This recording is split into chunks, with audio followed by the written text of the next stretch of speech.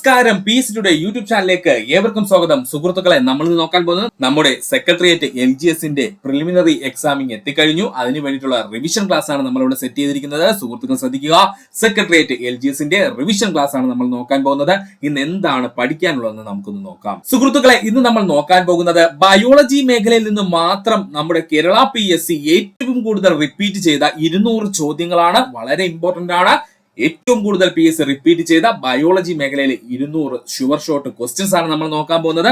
അപ്പോൾ ഈ ക്വസ്റ്റ്യൻസ് പഠിച്ചു കഴിഞ്ഞാൽ ഇതിനകത്ത് നിന്ന് ബയോളജി മേഖലയിൽ ഒത്തിരി ചോദ്യങ്ങൾ സുഹൃത്തുക്കൾക്ക് ലഭിക്കും. അപ്പോൾ നമുക്ക് നോക്കാം ബയോളജി മേഖലയിലെ ആ 200 sure shot questions four LGS. ഒന്നാമത്തെ ചോദ്യം, ഒരു മനുഷ്യന്റെ സാധാരണ ശരീരോഷ്മാവ് എത്രയാണ്? ഉത്തരം 98.4 ഡിഗ്രി ഫാരൻഹീറ്റ് ആണ്. 37 ഡിഗ്രി സെൽഷ്യസ് ആണ്. ഇങ്ങനെ തന്നെ പഠിച്ചോളേ, 37 ഡിഗ്രി സെൽഷ്യസ് അങ്ങനെ PSC ചോദിക്കാറില്ല. ഒരു മനുഷ്യന്റെ സാധാരണ ശരീരോഷ്മാവ് എത്രയാ സുഹൃത്തുക്കളെ? 98.4 ഡിഗ്രി ഫാരൻഹീറ്റ് ആണ്. എത്രയാണ്? 98.4 ഡിഗ്രി ഫാരൻഹീറ്റ് ആണ്. മനുഷ്യ ശരീരത്തിൽ ഏറ്റവും കൂടുതൽ കാണപ്പെടുന്ന മൂലകം എന്ന് ചോദിച്ചാൽ അത് ഓക്സിജൻ ആണ്. തെറ്റിപ്പോവല്ലേ, ഇമ്പോർട്ടന്റ് ആണ്. മനുഷ്യ ശരീരത്തിൽ ഏറ്റവും കൂടുതൽ കാണപ്പെടുന്ന മൂലകം ഏതാണ്? അത് ഓക്സിജൻ ആണ്.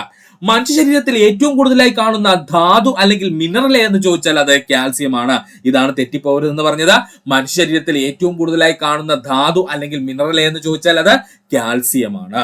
മനുഷ്യ ശരീരത്തിലെ ഏറ്റവും കൂടുതലുള്ള ഭക്ഷണ ഘടകം എന്ന് ചോദിച്ചാൽ അത് ജലമാണ്. മനുഷ്യ ശരീരത്തിൽ ഏറ്റവും കൂടുതലുള്ള ഭക്ഷണ ഘടകം എന്ന് ചോദിച്ചാൽ അത് ജലമാണ്. മനുഷ്യ ശരീരത്തിൽ ഏറ്റവും കൂടുതലുള്ള ഭക്ഷണ ഘടകം ഏതാണ്? ജലമാണ്. മനുഷ്യ ശരീരത്തിലെ ജലത്തിന്റെ അളവ് 40 ലിറ്റർ. മനുഷ്യ ശരീരത്തിലെ മൊത്തം ജലത്തിന്റെ അളവ് എത്രയാണ്? 40 ലിറ്റർ ആണ്.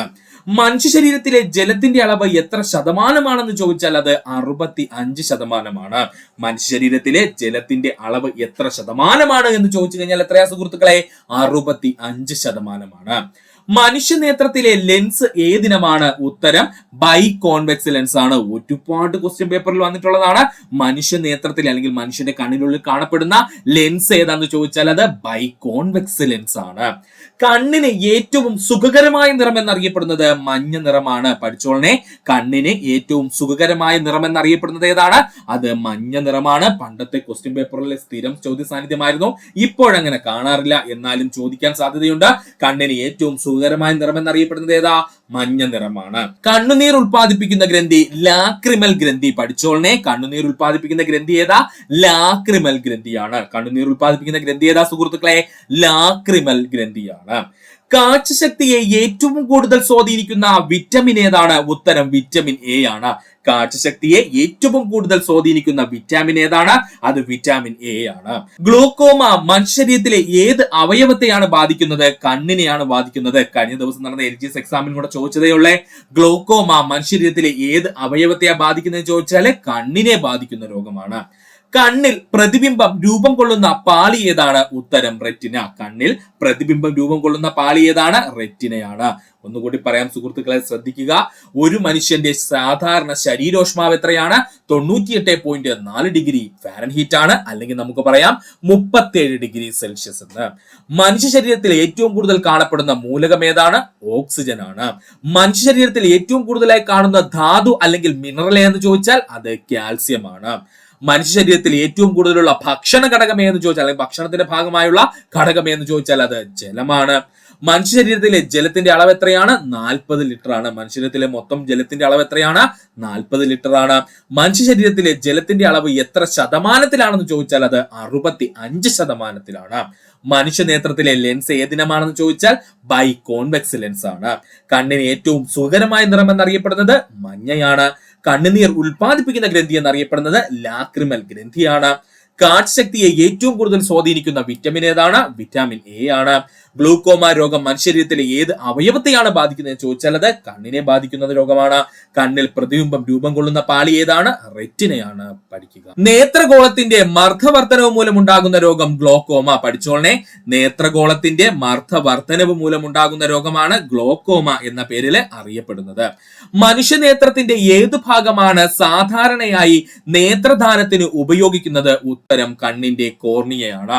മനുഷ്യ നേത്രത്തിന്റെ ഏത് ഭാഗമാണ് സാധാരണയായി നേത്രദാനത്തിനായി ഉപയോഗിക്കുന്നത് എന്ന് ചോദിച്ചു കഴിഞ്ഞാൽ അത് കണ്ണിന്റെ കോർണിയയാണ്.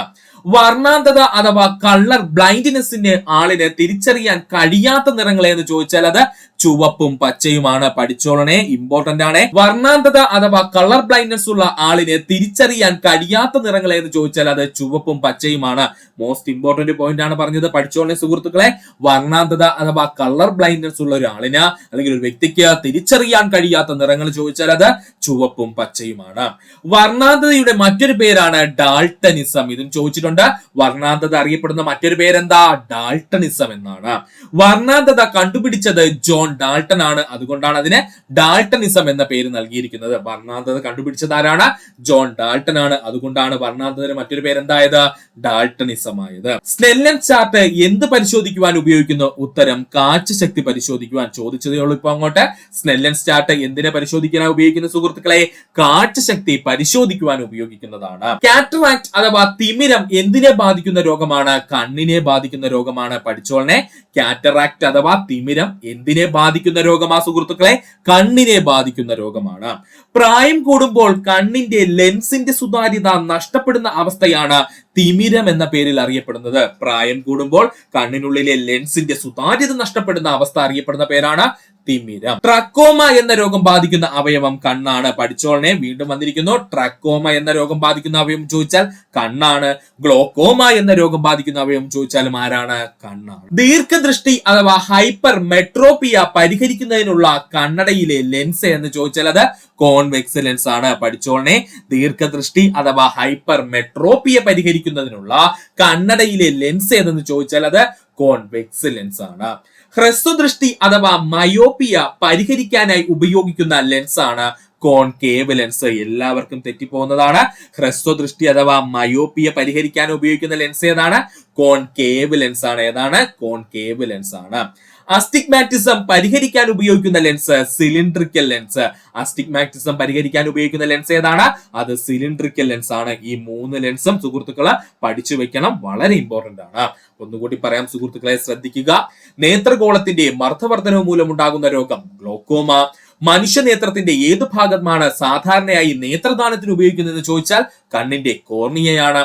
വർണ്ണാന്തത അഥവാ കളർ ബ്ലൈൻഡ്നെസ് ഉള്ള ആളിനെ തിരിച്ചറിയാൻ കഴിയാത്ത നിറങ്ങൾ ഏതൊക്കെയാണ്? ചുവപ്പും പച്ചയുമാണ്. വർണ്ണാന്തതയുടെ മറ്റൊരു പേരാണ് ഡാൾട്ടനിസം. വർണ്ണാന്തത കണ്ടുപിടിച്ചത് ആരാണ്? ജോൺ ഡാൾട്ടൺ ആണ്. അതുകൊണ്ടാണ് വർണ്ണാന്തതയ്ക്ക് ഡാൾട്ടനിസം എന്ന പേര് വന്നത്. സ്നെല്ലൻസ് ചാർട്ട് എന്ത് പരിശോധിക്കാൻ ഉപയോഗിക്കുന്നു ചോദിച്ചാല് കാഴ്ചശക്തി പരിശോധിക്കാൻ ഉപയോഗിക്കുന്നു. പ്രായം കൂടുമ്പോൾ ലെൻസിന്റെ സുതാര്യത നഷ്ടപ്പെടുന്ന അവസ്ഥ അറിയപ്പെടുന്ന പേരാണ് തിമിരം. ട്രക്കോമ രോഗം ബാധിക്കുന്ന അവയവം കണ്ണാണ്. ദീർഘദൃഷ്ടി അഥവാ ഹൈപ്പർ മെട്രോപിയ പരിഹരിക്കുന്നതിന് ഉപയോഗിക്കുന്ന കണ്ണാടിയിലെ ലെൻസ് ഏതാണ്? അത് കോൺവെക്സ് ലെൻസ് ആണ്. ഹ്രസ്വദൃഷ്ടി അഥവാ മയോപ്പിയ പരിഹരിക്കാനായി ഉപയോഗിക്കുന്ന ലെൻസ് ഏതാണെന്ന് ചോദിച്ചാൽ അത് കോൺകേവ് ലെൻസുമാണ്. അസ്റ്റിഗ്മാറ്റിസം പരിഹരിക്കാൻ ഉപയോഗിക്കുന്ന ലെൻസ് ഏതാണ്? സിലിണ്ട്രിക്കൽ ലെൻസ് ആണ്. പഠിക്കുക. പ്രായമാകുമ്പോൾ കണ്ണിന്റെ ലെൻസിന്റെ ഇലാസ്തികത കുറഞ്ഞു വരുന്ന അവസ്ഥ അറിയപ്പെടുന്ന പേരാണ് വെള്ളെഴുത്ത്. കേട്ടോ, കണ്ണിന്റെ ഇലാസ്തികതയല്ല, കണ്ണിന്റെ ലെൻസിന്റെ ഇലാസ്തികതയാണ് കുറഞ്ഞു വരുന്നത്. ഇങ്ങനെ ഉണ്ടാകുന്ന അവസ്ഥ അറിയപ്പെടുന്ന പേരെന്താ? വെള്ളെഴുത്ത്. മങ്ങിയ വെളിച്ചത്തിൽ കാഴ്ചശക്തി കുറഞ്ഞു പോകുന്ന രോഗമാണ് മാലക്കണ്ണ് അഥവാ നിശാന്തത, ഇല്ലെങ്കിൽ നമ്മൾ പറയും നൈറ്റ് ബ്ലൈൻഡ്നെസ് എന്ന്. മറക്കരുത്. മങ്ങിയ വെളിച്ചത്തിൽ കാഴ്ചശക്തി കുറഞ്ഞു പോകുന്ന രോഗം അറിയപ്പെടുന്ന പേരാണ് മാലക്കണ്ണ് അഥവാ നിശാന്തത, അല്ലെങ്കിൽ അവന് മറ്റൊരു പേരുണ്ട് നൈറ്റ് ബ്ലൈൻഡ്നെസ്. മനുഷ്യ ശരീരത്തെ തുലനാവസ്ഥയിൽ നിലനിർത്തുന്നത് ഏത് അവയവമാണ്? ഉത്തരം ഉൾച്ചെവിയാണ്. കേട്ടോ, മനുഷ്യ ശരീരത്തെ തുലനാവസ്ഥയിൽ നിലനിർത്തുന്നത് ഏത് അവയവമാണെന്ന് ചോദിച്ചാൽ ഉൾച്ചെവിയാണ്. കേൾവിക്കുറവ് പരിഹരിക്കുന്നതിന് ഉപയോഗിക്കുന്നതാണ് ഓഡിയോ ഫോണ്. പഠിച്ചോളനെ, കേൾവിക്കുറവ് പരിഹരിക്കുന്നതിന് ഉപയോഗിക്കുന്ന ഉപകരണത്തിന്റെ പേരെന്താ? ഓഡിയോ ഫോൺ എന്നാണ്. യൂസ്റ്റേക്കിയൻ ട്യൂബ് ഏതൊക്കെ ഭാഗങ്ങളെ തമ്മിൽ ബന്ധിപ്പിക്കുന്നു? ചെവിയെയും തുണ്ടയെയും തമ്മിൽ ബന്ധിപ്പിക്കുന്നു. ഇപ്പൊ അങ്ങോട്ട് ചോദിച്ചതേയുള്ളേ. യൂസ്റ്റേക്കിയൻ ട്യൂബ് ഏതൊക്കെ ഭാഗങ്ങളെ തമ്മിൽ ബന്ധിപ്പിക്കുന്നു ചോദിച്ചാൽ ചെവിയെയും തൊണ്ടയെയും തമ്മിൽ ബന്ധിപ്പിക്കുന്നു. ശരീരോഷ്മാവ് നിയന്ത്രിക്കുന്ന അവയവം എന്നറിയപ്പെടുന്നത് ത്വക്കാണ്. പഠിച്ചോളനെ, ഇമ്പോർട്ടന്റ് ആണ്. ശരീരോഷ്മാവ് നിയന്ത്രിക്കുന്ന അവയവം എന്നറിയപ്പെടുന്നത് ആരാ? അത് ത്വക്കാണ്. മനുഷ്യ ശരീരത്തിലെ ഏറ്റവും വലിയ അവയവം ത്വക്കാണ്. തെറ്റിപ്പോവരുത്, ഇമ്പോർട്ടന്റ് ആണ്. മനുഷ്യ മനുഷ്യ ശരീരത്തിലെ ഏറ്റവും വലിയ അവയവം എന്നറിയപ്പെടുന്നത് ത്വക്കാണ്. മനുഷ്യ ശരീരത്തിലെ തൊലി മുഴുവൻ മാറി പുതിയതാകാൻ എത്ര കാലതാമസം എടുക്കും? ഉത്തരം 30 ദിവസം. മനുഷ്യ ശരീരത്തിലെ തൊലി മുഴുവൻ മാറി പുതിയതാകാൻ എത്ര കാലം എടുക്കുമെന്ന് ചോദിച്ചാൽ അത് 30 ദിവസം. എക്സിമ എന്ന രോഗം മനുഷ്യന്റെ ഏത് ശരീരഭാഗത്തെ ബാധിക്കുന്നു? ഉത്തരം ത്വക്കിനെ. ഇപ്പൊ അങ്ങോട്ട് ചോദിച്ചതേ ഉള്ളേ. എക്സിമ എന്ന രോഗം മനുഷ്യന്റെ ഏത് ശരീരഭാഗത്തെ ബാധിക്കുന്നു ചോദിച്ചാൽ ത്വക്കിനെ ബാധിക്കുന്ന രോഗമാണ്. ചർമ്മം, മുടി, നഖം എന്നിവയിൽ അടങ്ങിയിരിക്കുന്ന പ്രധാന മാംസ്യമേതാ? കെരാറ്റിൻ ആണ്. നമുക്ക് എല്ലാവർക്കും അറിയാവുന്ന പോയിന്റ് ആണ്. ചർമ്മം, മുടി, നഖം എന്നിവയിൽ അടങ്ങിയിരിക്കുന്ന പ്രധാന മാംസ്യമേതാ സുഹൃത്തുക്കളെ? അത് കെരാറ്റിൻ ആണ്. സോറിയാസിസ് രോഗം ബാധിക്കുന്നത് ത്വക്കിനെയാണ്. ഇപ്പോഴങ്ങോട്ട് ചോദിച്ചതേ ഉള്ളൂ. സോറിയാസിസ് രോഗം ബാധിക്കുന്ന ശരീരഭാഗം ഏതാണ്? ശരീരത്തിലെ ത്വക്കിനെയാണ്. ത്വക്കിന് നിറം നൽകുന്ന വർണ്ണവസ്തു മെലാനിൻ ആണ്. ത്വക്കിന് നിറം നൽകുന്ന വർണ്ണവസ്തു ഏതാണ്? മെലാനിൻ ആണ്. മെലാനിന്റെ കുറവ് മൂലം ഉണ്ടാകുന്ന രോഗമാണ് അൽബിനിസം. മറക്കരുത്, മെലാനിന്റെ കുറവ് മൂലം ഉണ്ടാകുന്ന രോഗം ഏതാണ്?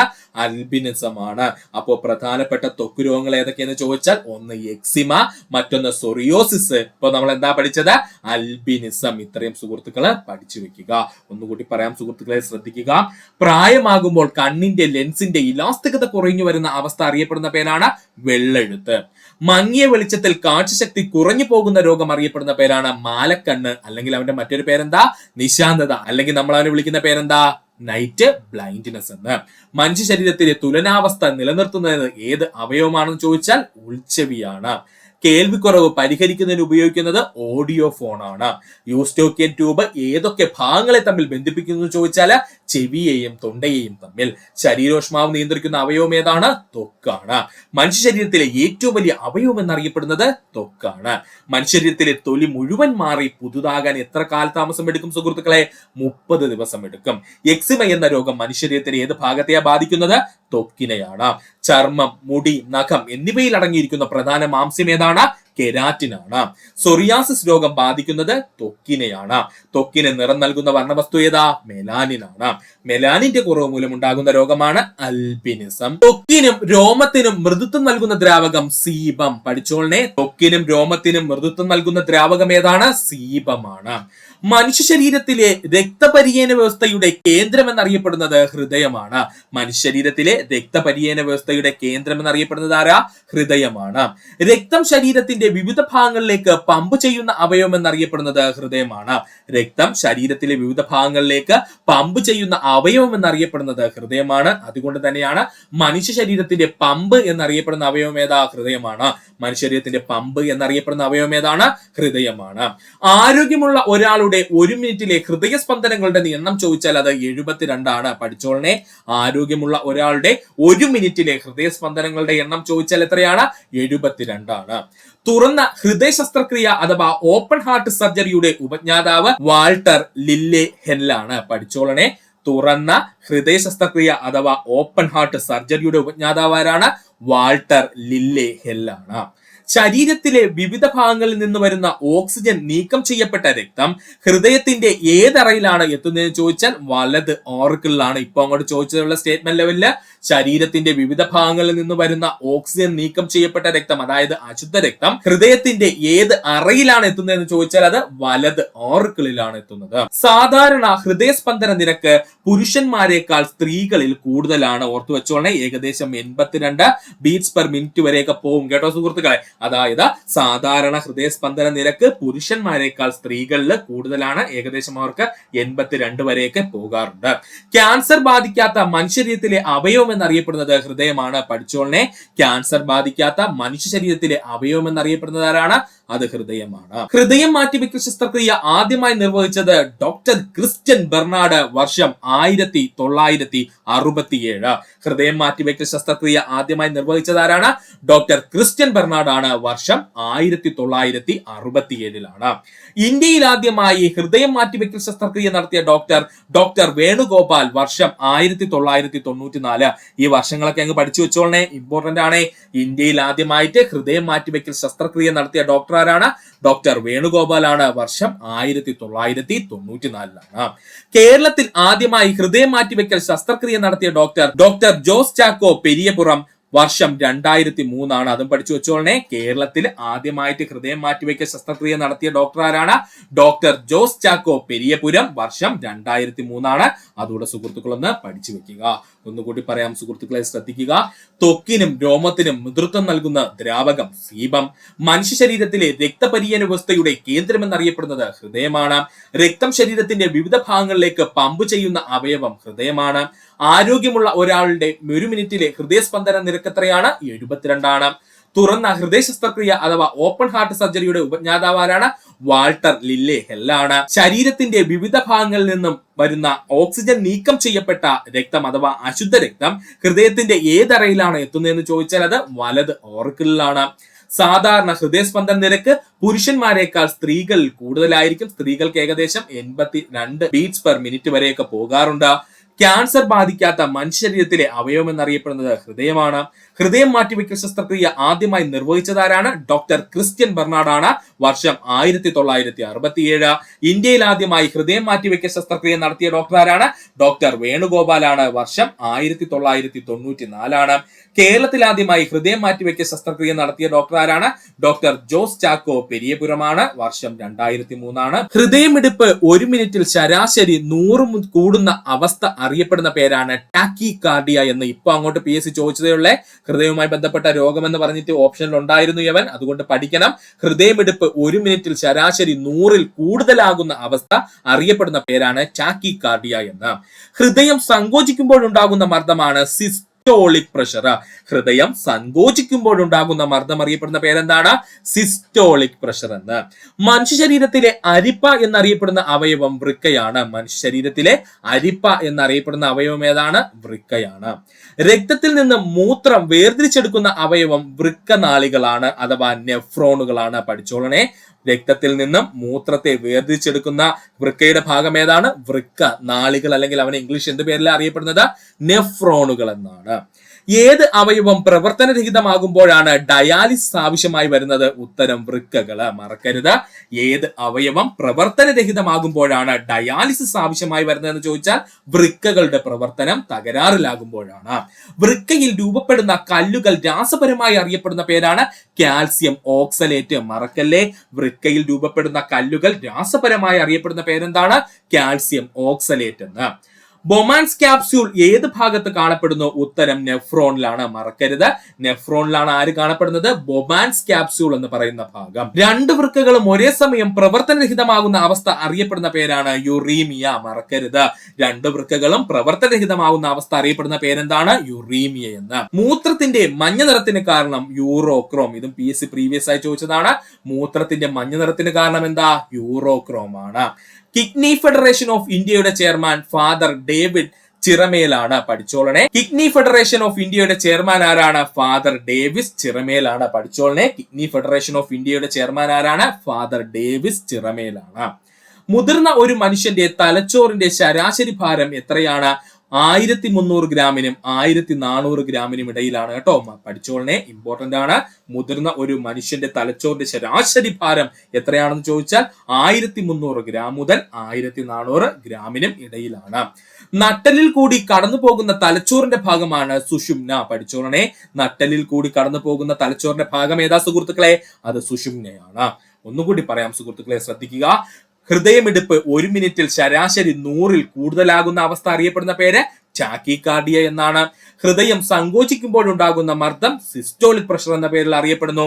മനുഷ്യ ശരീരത്തിലെ അരിപ്പ എന്നറിയപ്പെടുന്ന അവയവം വൃക്കയാണ്.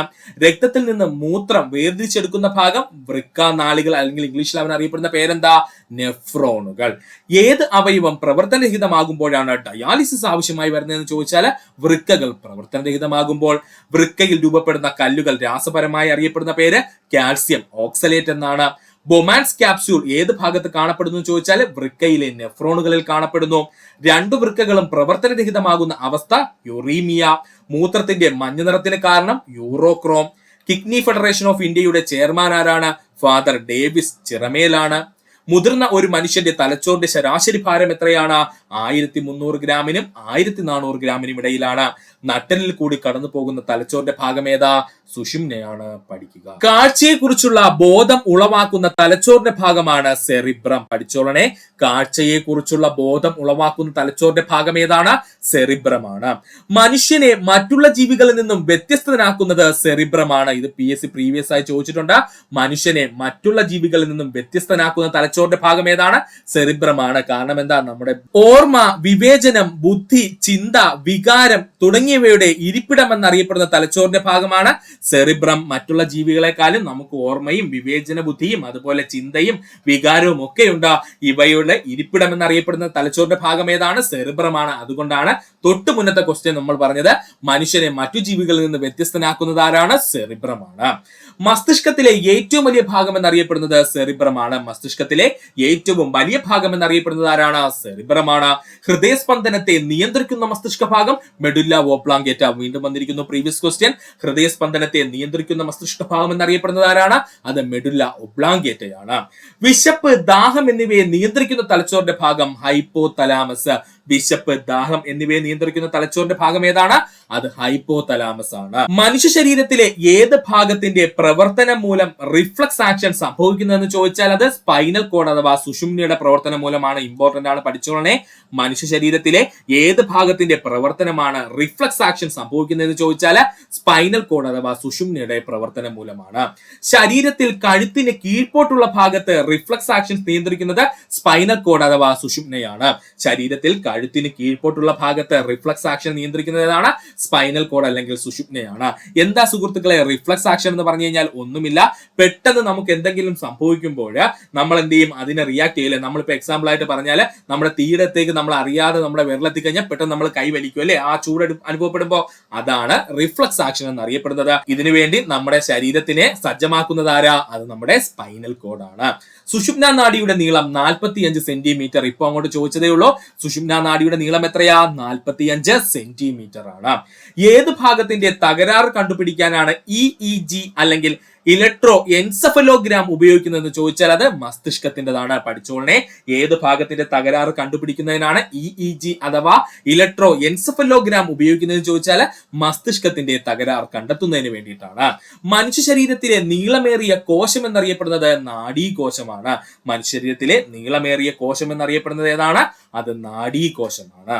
ഒന്നുകൂടി പറയാം സുഹൃത്തുക്കളെ, ശ്രദ്ധിക്കുക. കാഴ്ചയെക്കുറിച്ചുള്ള ബോധം ഉളവാക്കുന്ന തലച്ചോറിന്റെ ഭാഗം സെറിബ്രം. മനുഷ്യനെ മറ്റുള്ള ജീവികളിൽ നിന്നും വ്യത്യസ്തനാക്കുന്ന തലച്ചോറിലെ ഭാഗം എന്ന് ചോദിച്ചാൽ അതും സെറിബ്രമാണ്. ഓർമ്മ, വിവേചനം, ബുദ്ധി, ചിന്ത, വികാരം തുടങ്ങിയവയുടെ ഇരിപ്പിടമായ തലച്ചോറിന്റെ ഭാഗം എന്നറിയപ്പെടുന്നത് സെറിബ്രമാണ്. മസ്തിഷ്കത്തിലെ ഏറ്റവും വലിയ ഭാഗം എന്നറിയപ്പെടുന്നത് ആരാ? നമ്മുടെ സെറിബ്രമാണ്. ഹൃദയസ്പന്ദനത്തെ നിയന്ത്രിക്കുന്ന മസ്തിഷ്കത്തിന്റെ ഭാഗം അത് മെഡുല്ല ഒബ്ലാങ്കേറ്റയാണ്. വിശപ്പ്, ദാഹം എന്നിവയെ നിയന്ത്രിക്കുന്ന തലച്ചോറിന്റെ ഭാഗം ഏതാണ്?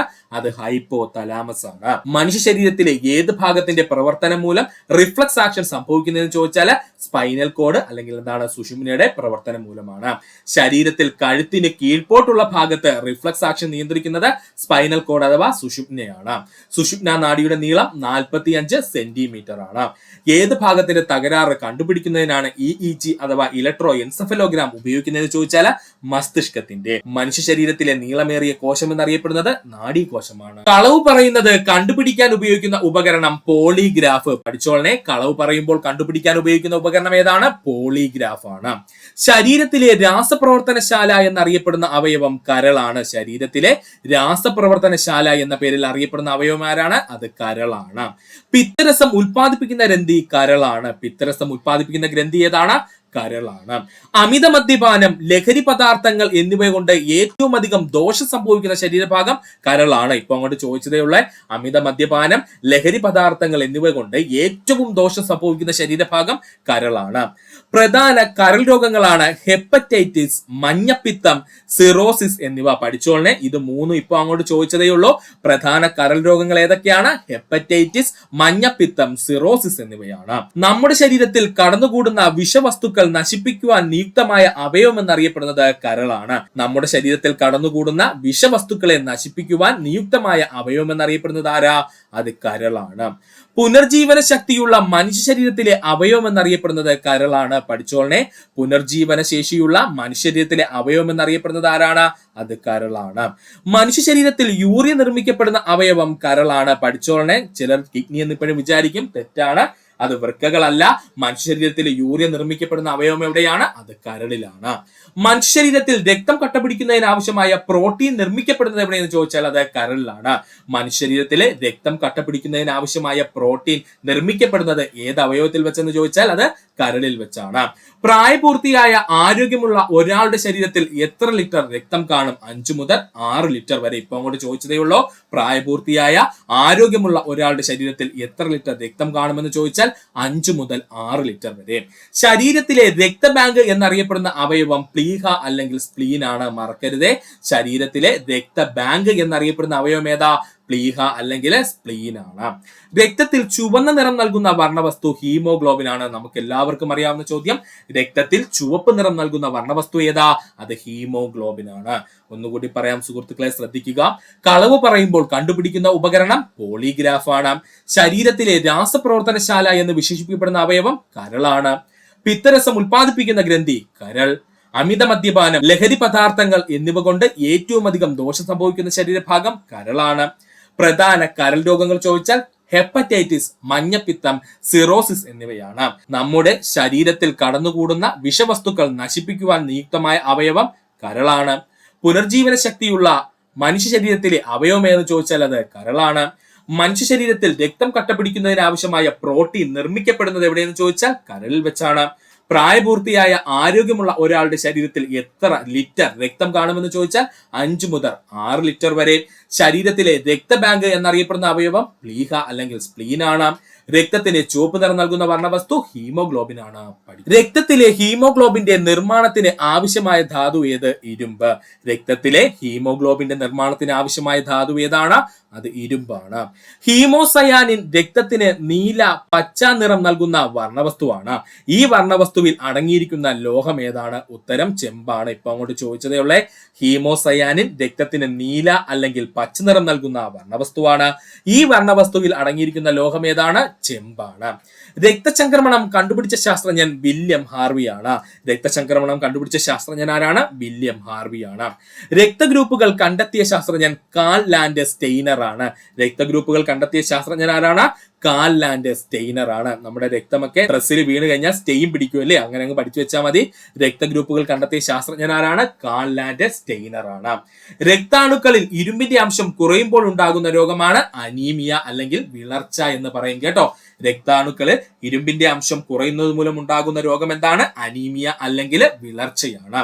നമ്മുടെ ശരീരത്തിലുള്ള ചുവന്ന രക്താണുക്കളുടെ ജീവിതകാലം എത്രയാണ്? ശരാശരി 120 ദിവസമാണ് കേട്ടോ. നമ്മുടെ ശരീരത്തിലെ ചുവന്ന രക്താണുക്കളുടെ ജീവിതകാലം എന്ന് പറയുന്നത് ശരാശരി 120 ദിവസമാണ്. ശരീരത്തിലെ രക്തകോശങ്ങൾ നിർമ്മിക്കുന്നത് എവിടെയാണ്? അസ്ഥിമജ്ജയിലാണ്. ഇപ്പൊ അങ്ങോട്ട് ചോദിച്ചതേ ഉള്ളേ. ശരീരത്തിലെ രക്തകോശങ്ങൾ നിർമ്മിക്കപ്പെടുന്നത് എവിടെയാണ്? അസ്ഥിമജ്ജയിലാണ്. ആരോഗ്യവാനായ ഒരു മനുഷ്യന്റെ ബ്ലഡ് പ്രഷർ 120/80 mm/Hg ആണ്. പഠിച്ചോളണേ. ആരോഗ്യവാനായ ഒരു മനുഷ്യന്റെ ബ്ലഡ് പ്രഷർ ചോദിച്ചാൽ 120/80 mm/Hg ആണ്. രക്തസമ്മർദ്ദം കൂടിയ അവസ്ഥയെ എന്ത് പേരിൽ അറിയപ്പെടുന്നു? ഉത്തരം ഹൈപ്പർ ടെൻഷൻ എന്നാണ്. രക്തസമ്മർദ്ദം കൂടിയ അവസ്ഥ എന്ത് പേരിലാണ് അറിയപ്പെടുന്നത്? ഹൈപ്പർ ടെൻഷൻ എന്ന പേരിലാണ് അറിയപ്പെടുന്നത്. രക്തസമ്മർദ്ദം അളക്കുന്നതിന് ഉപയോഗിക്കുന്ന ഉപകരണമാണ് സിഗ്മോ മാനോമീറ്റർ. ഇപ്പോൾ അങ്ങോട്ട് ചോദിച്ചതേ ഉള്ളേ.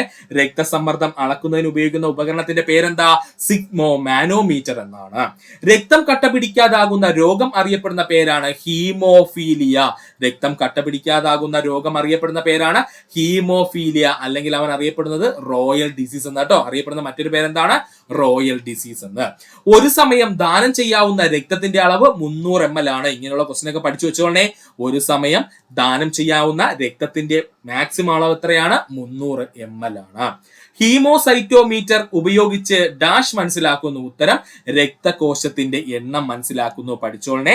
ഹീമോസൈറ്റോമീറ്റർ ഉപയോഗിച്ച് ഡാഷ് മനസ്സിലാക്കുന്നു, അല്ലെങ്കിൽ എന്ത് മനസ്സിലാക്കാനാണ് ഹീമോസൈറ്റോമീറ്റർ ഉപയോഗിക്കുന്നതെന്ന് ചോദിച്ചാൽ രക്തകോശങ്ങളുടെ എണ്ണം മനസ്സിലാക്കുവാൻ. രക്തത്തിലെ രക്തത്തിലെ ഗ്ലൂക്കോസിന്റെ അളവ് ക്രമാതീതമായി വർദ്ധിക്കുന്ന രോഗമാണ് പ്രമേഹം എന്ന പേരിൽ അറിയപ്പെടുന്നത്. രക്തത്തിലെ ഗ്ലൂക്കോസിന്റെ അളവ് ക്രമാതീതമായി വർദ്ധിക്കുന്നത് മൂലം ഉണ്ടാകുന്ന രോഗമാണ് അല്ലെങ്കിൽ അവസ്ഥ അറിയപ്പെടുന്ന പേരാണ് പ്രമേഹം എന്ന്. ഒന്നുകൂടി പറയാം സുഹൃത്തുക്കളെ, ശ്രദ്ധിക്കുക. രക്തത്തിലെ ഹീമോഗ്ലോബിന്റെ നിർമ്മാണത്തിന് ആവശ്യമായ ധാതു ഇരുമ്പാണ്. ഹീമോസയാനിൻ രക്തത്തിൽ നീല, പച്ച നിറം നൽകുന്ന വർണ്ണവസ്തുവാണ്. ഈ വർണ്ണവസ്തുവിൽ അടങ്ങിയിരിക്കുന്ന ലോഹം ചെമ്പാണ്. രക്തചംക്രമണം കണ്ടുപിടിച്ച ശാസ്ത്രജ്ഞൻ വില്യം ഹാർവിയാണ്. രക്തഗ്രൂപ്പുകൾ കണ്ടെത്തിയ ശാസ്ത്രജ്ഞൻ കാൾ ലാൻഡ് സ്റ്റെയ്നർ ആണ്. രക്താണുക്കളിൽ ഇരുമ്പിന്റെ അംശം കുറയുമ്പോഴുണ്ടാകുന്ന രോഗമാണ് അനീമിയ അല്ലെങ്കിൽ വിളർച്ച എന്നറിയപ്പെടുന്നു. നമ്മുടെ ശരീരത്തിലെ ചുവന്ന രക്താണുക്കളുടെ ജീവിത കാലഘട്ടം ശരാശരി 120 ദിവസമാണ്. ശരീരത്തിലെ രക്തകോശങ്ങൾ നിർമ്മിക്കുന്നത് എവിടെയാണ്? അസ്ഥിമജ്ജയിലാണ്. ആരോഗ്യവാനായ ഒരു മനുഷ്യന്റെ ബ്ലഡ് പ്രഷർ എപ്പോഴും അല്ലെങ്കിൽ രക്തസമ്മർദ്ദം എപ്പോഴും 120/80 mmHg ആയിരിക്കും. രക്തസമ്മർദ്ദം കൂടിയ അവസ്ഥ എന്ത് പേരിൽ അറിയപ്പെടുന്നു? ഹൈപ്പർ ടെൻഷൻ എന്നറിയപ്പെടുന്നു. രക്തസമ്മർദ്ദം അളക്കുന്നതിന് ഉപയോഗിക്കുന്ന ഉപകരണം സിഗ്മോ മാനോമീറ്റർ ആണ്.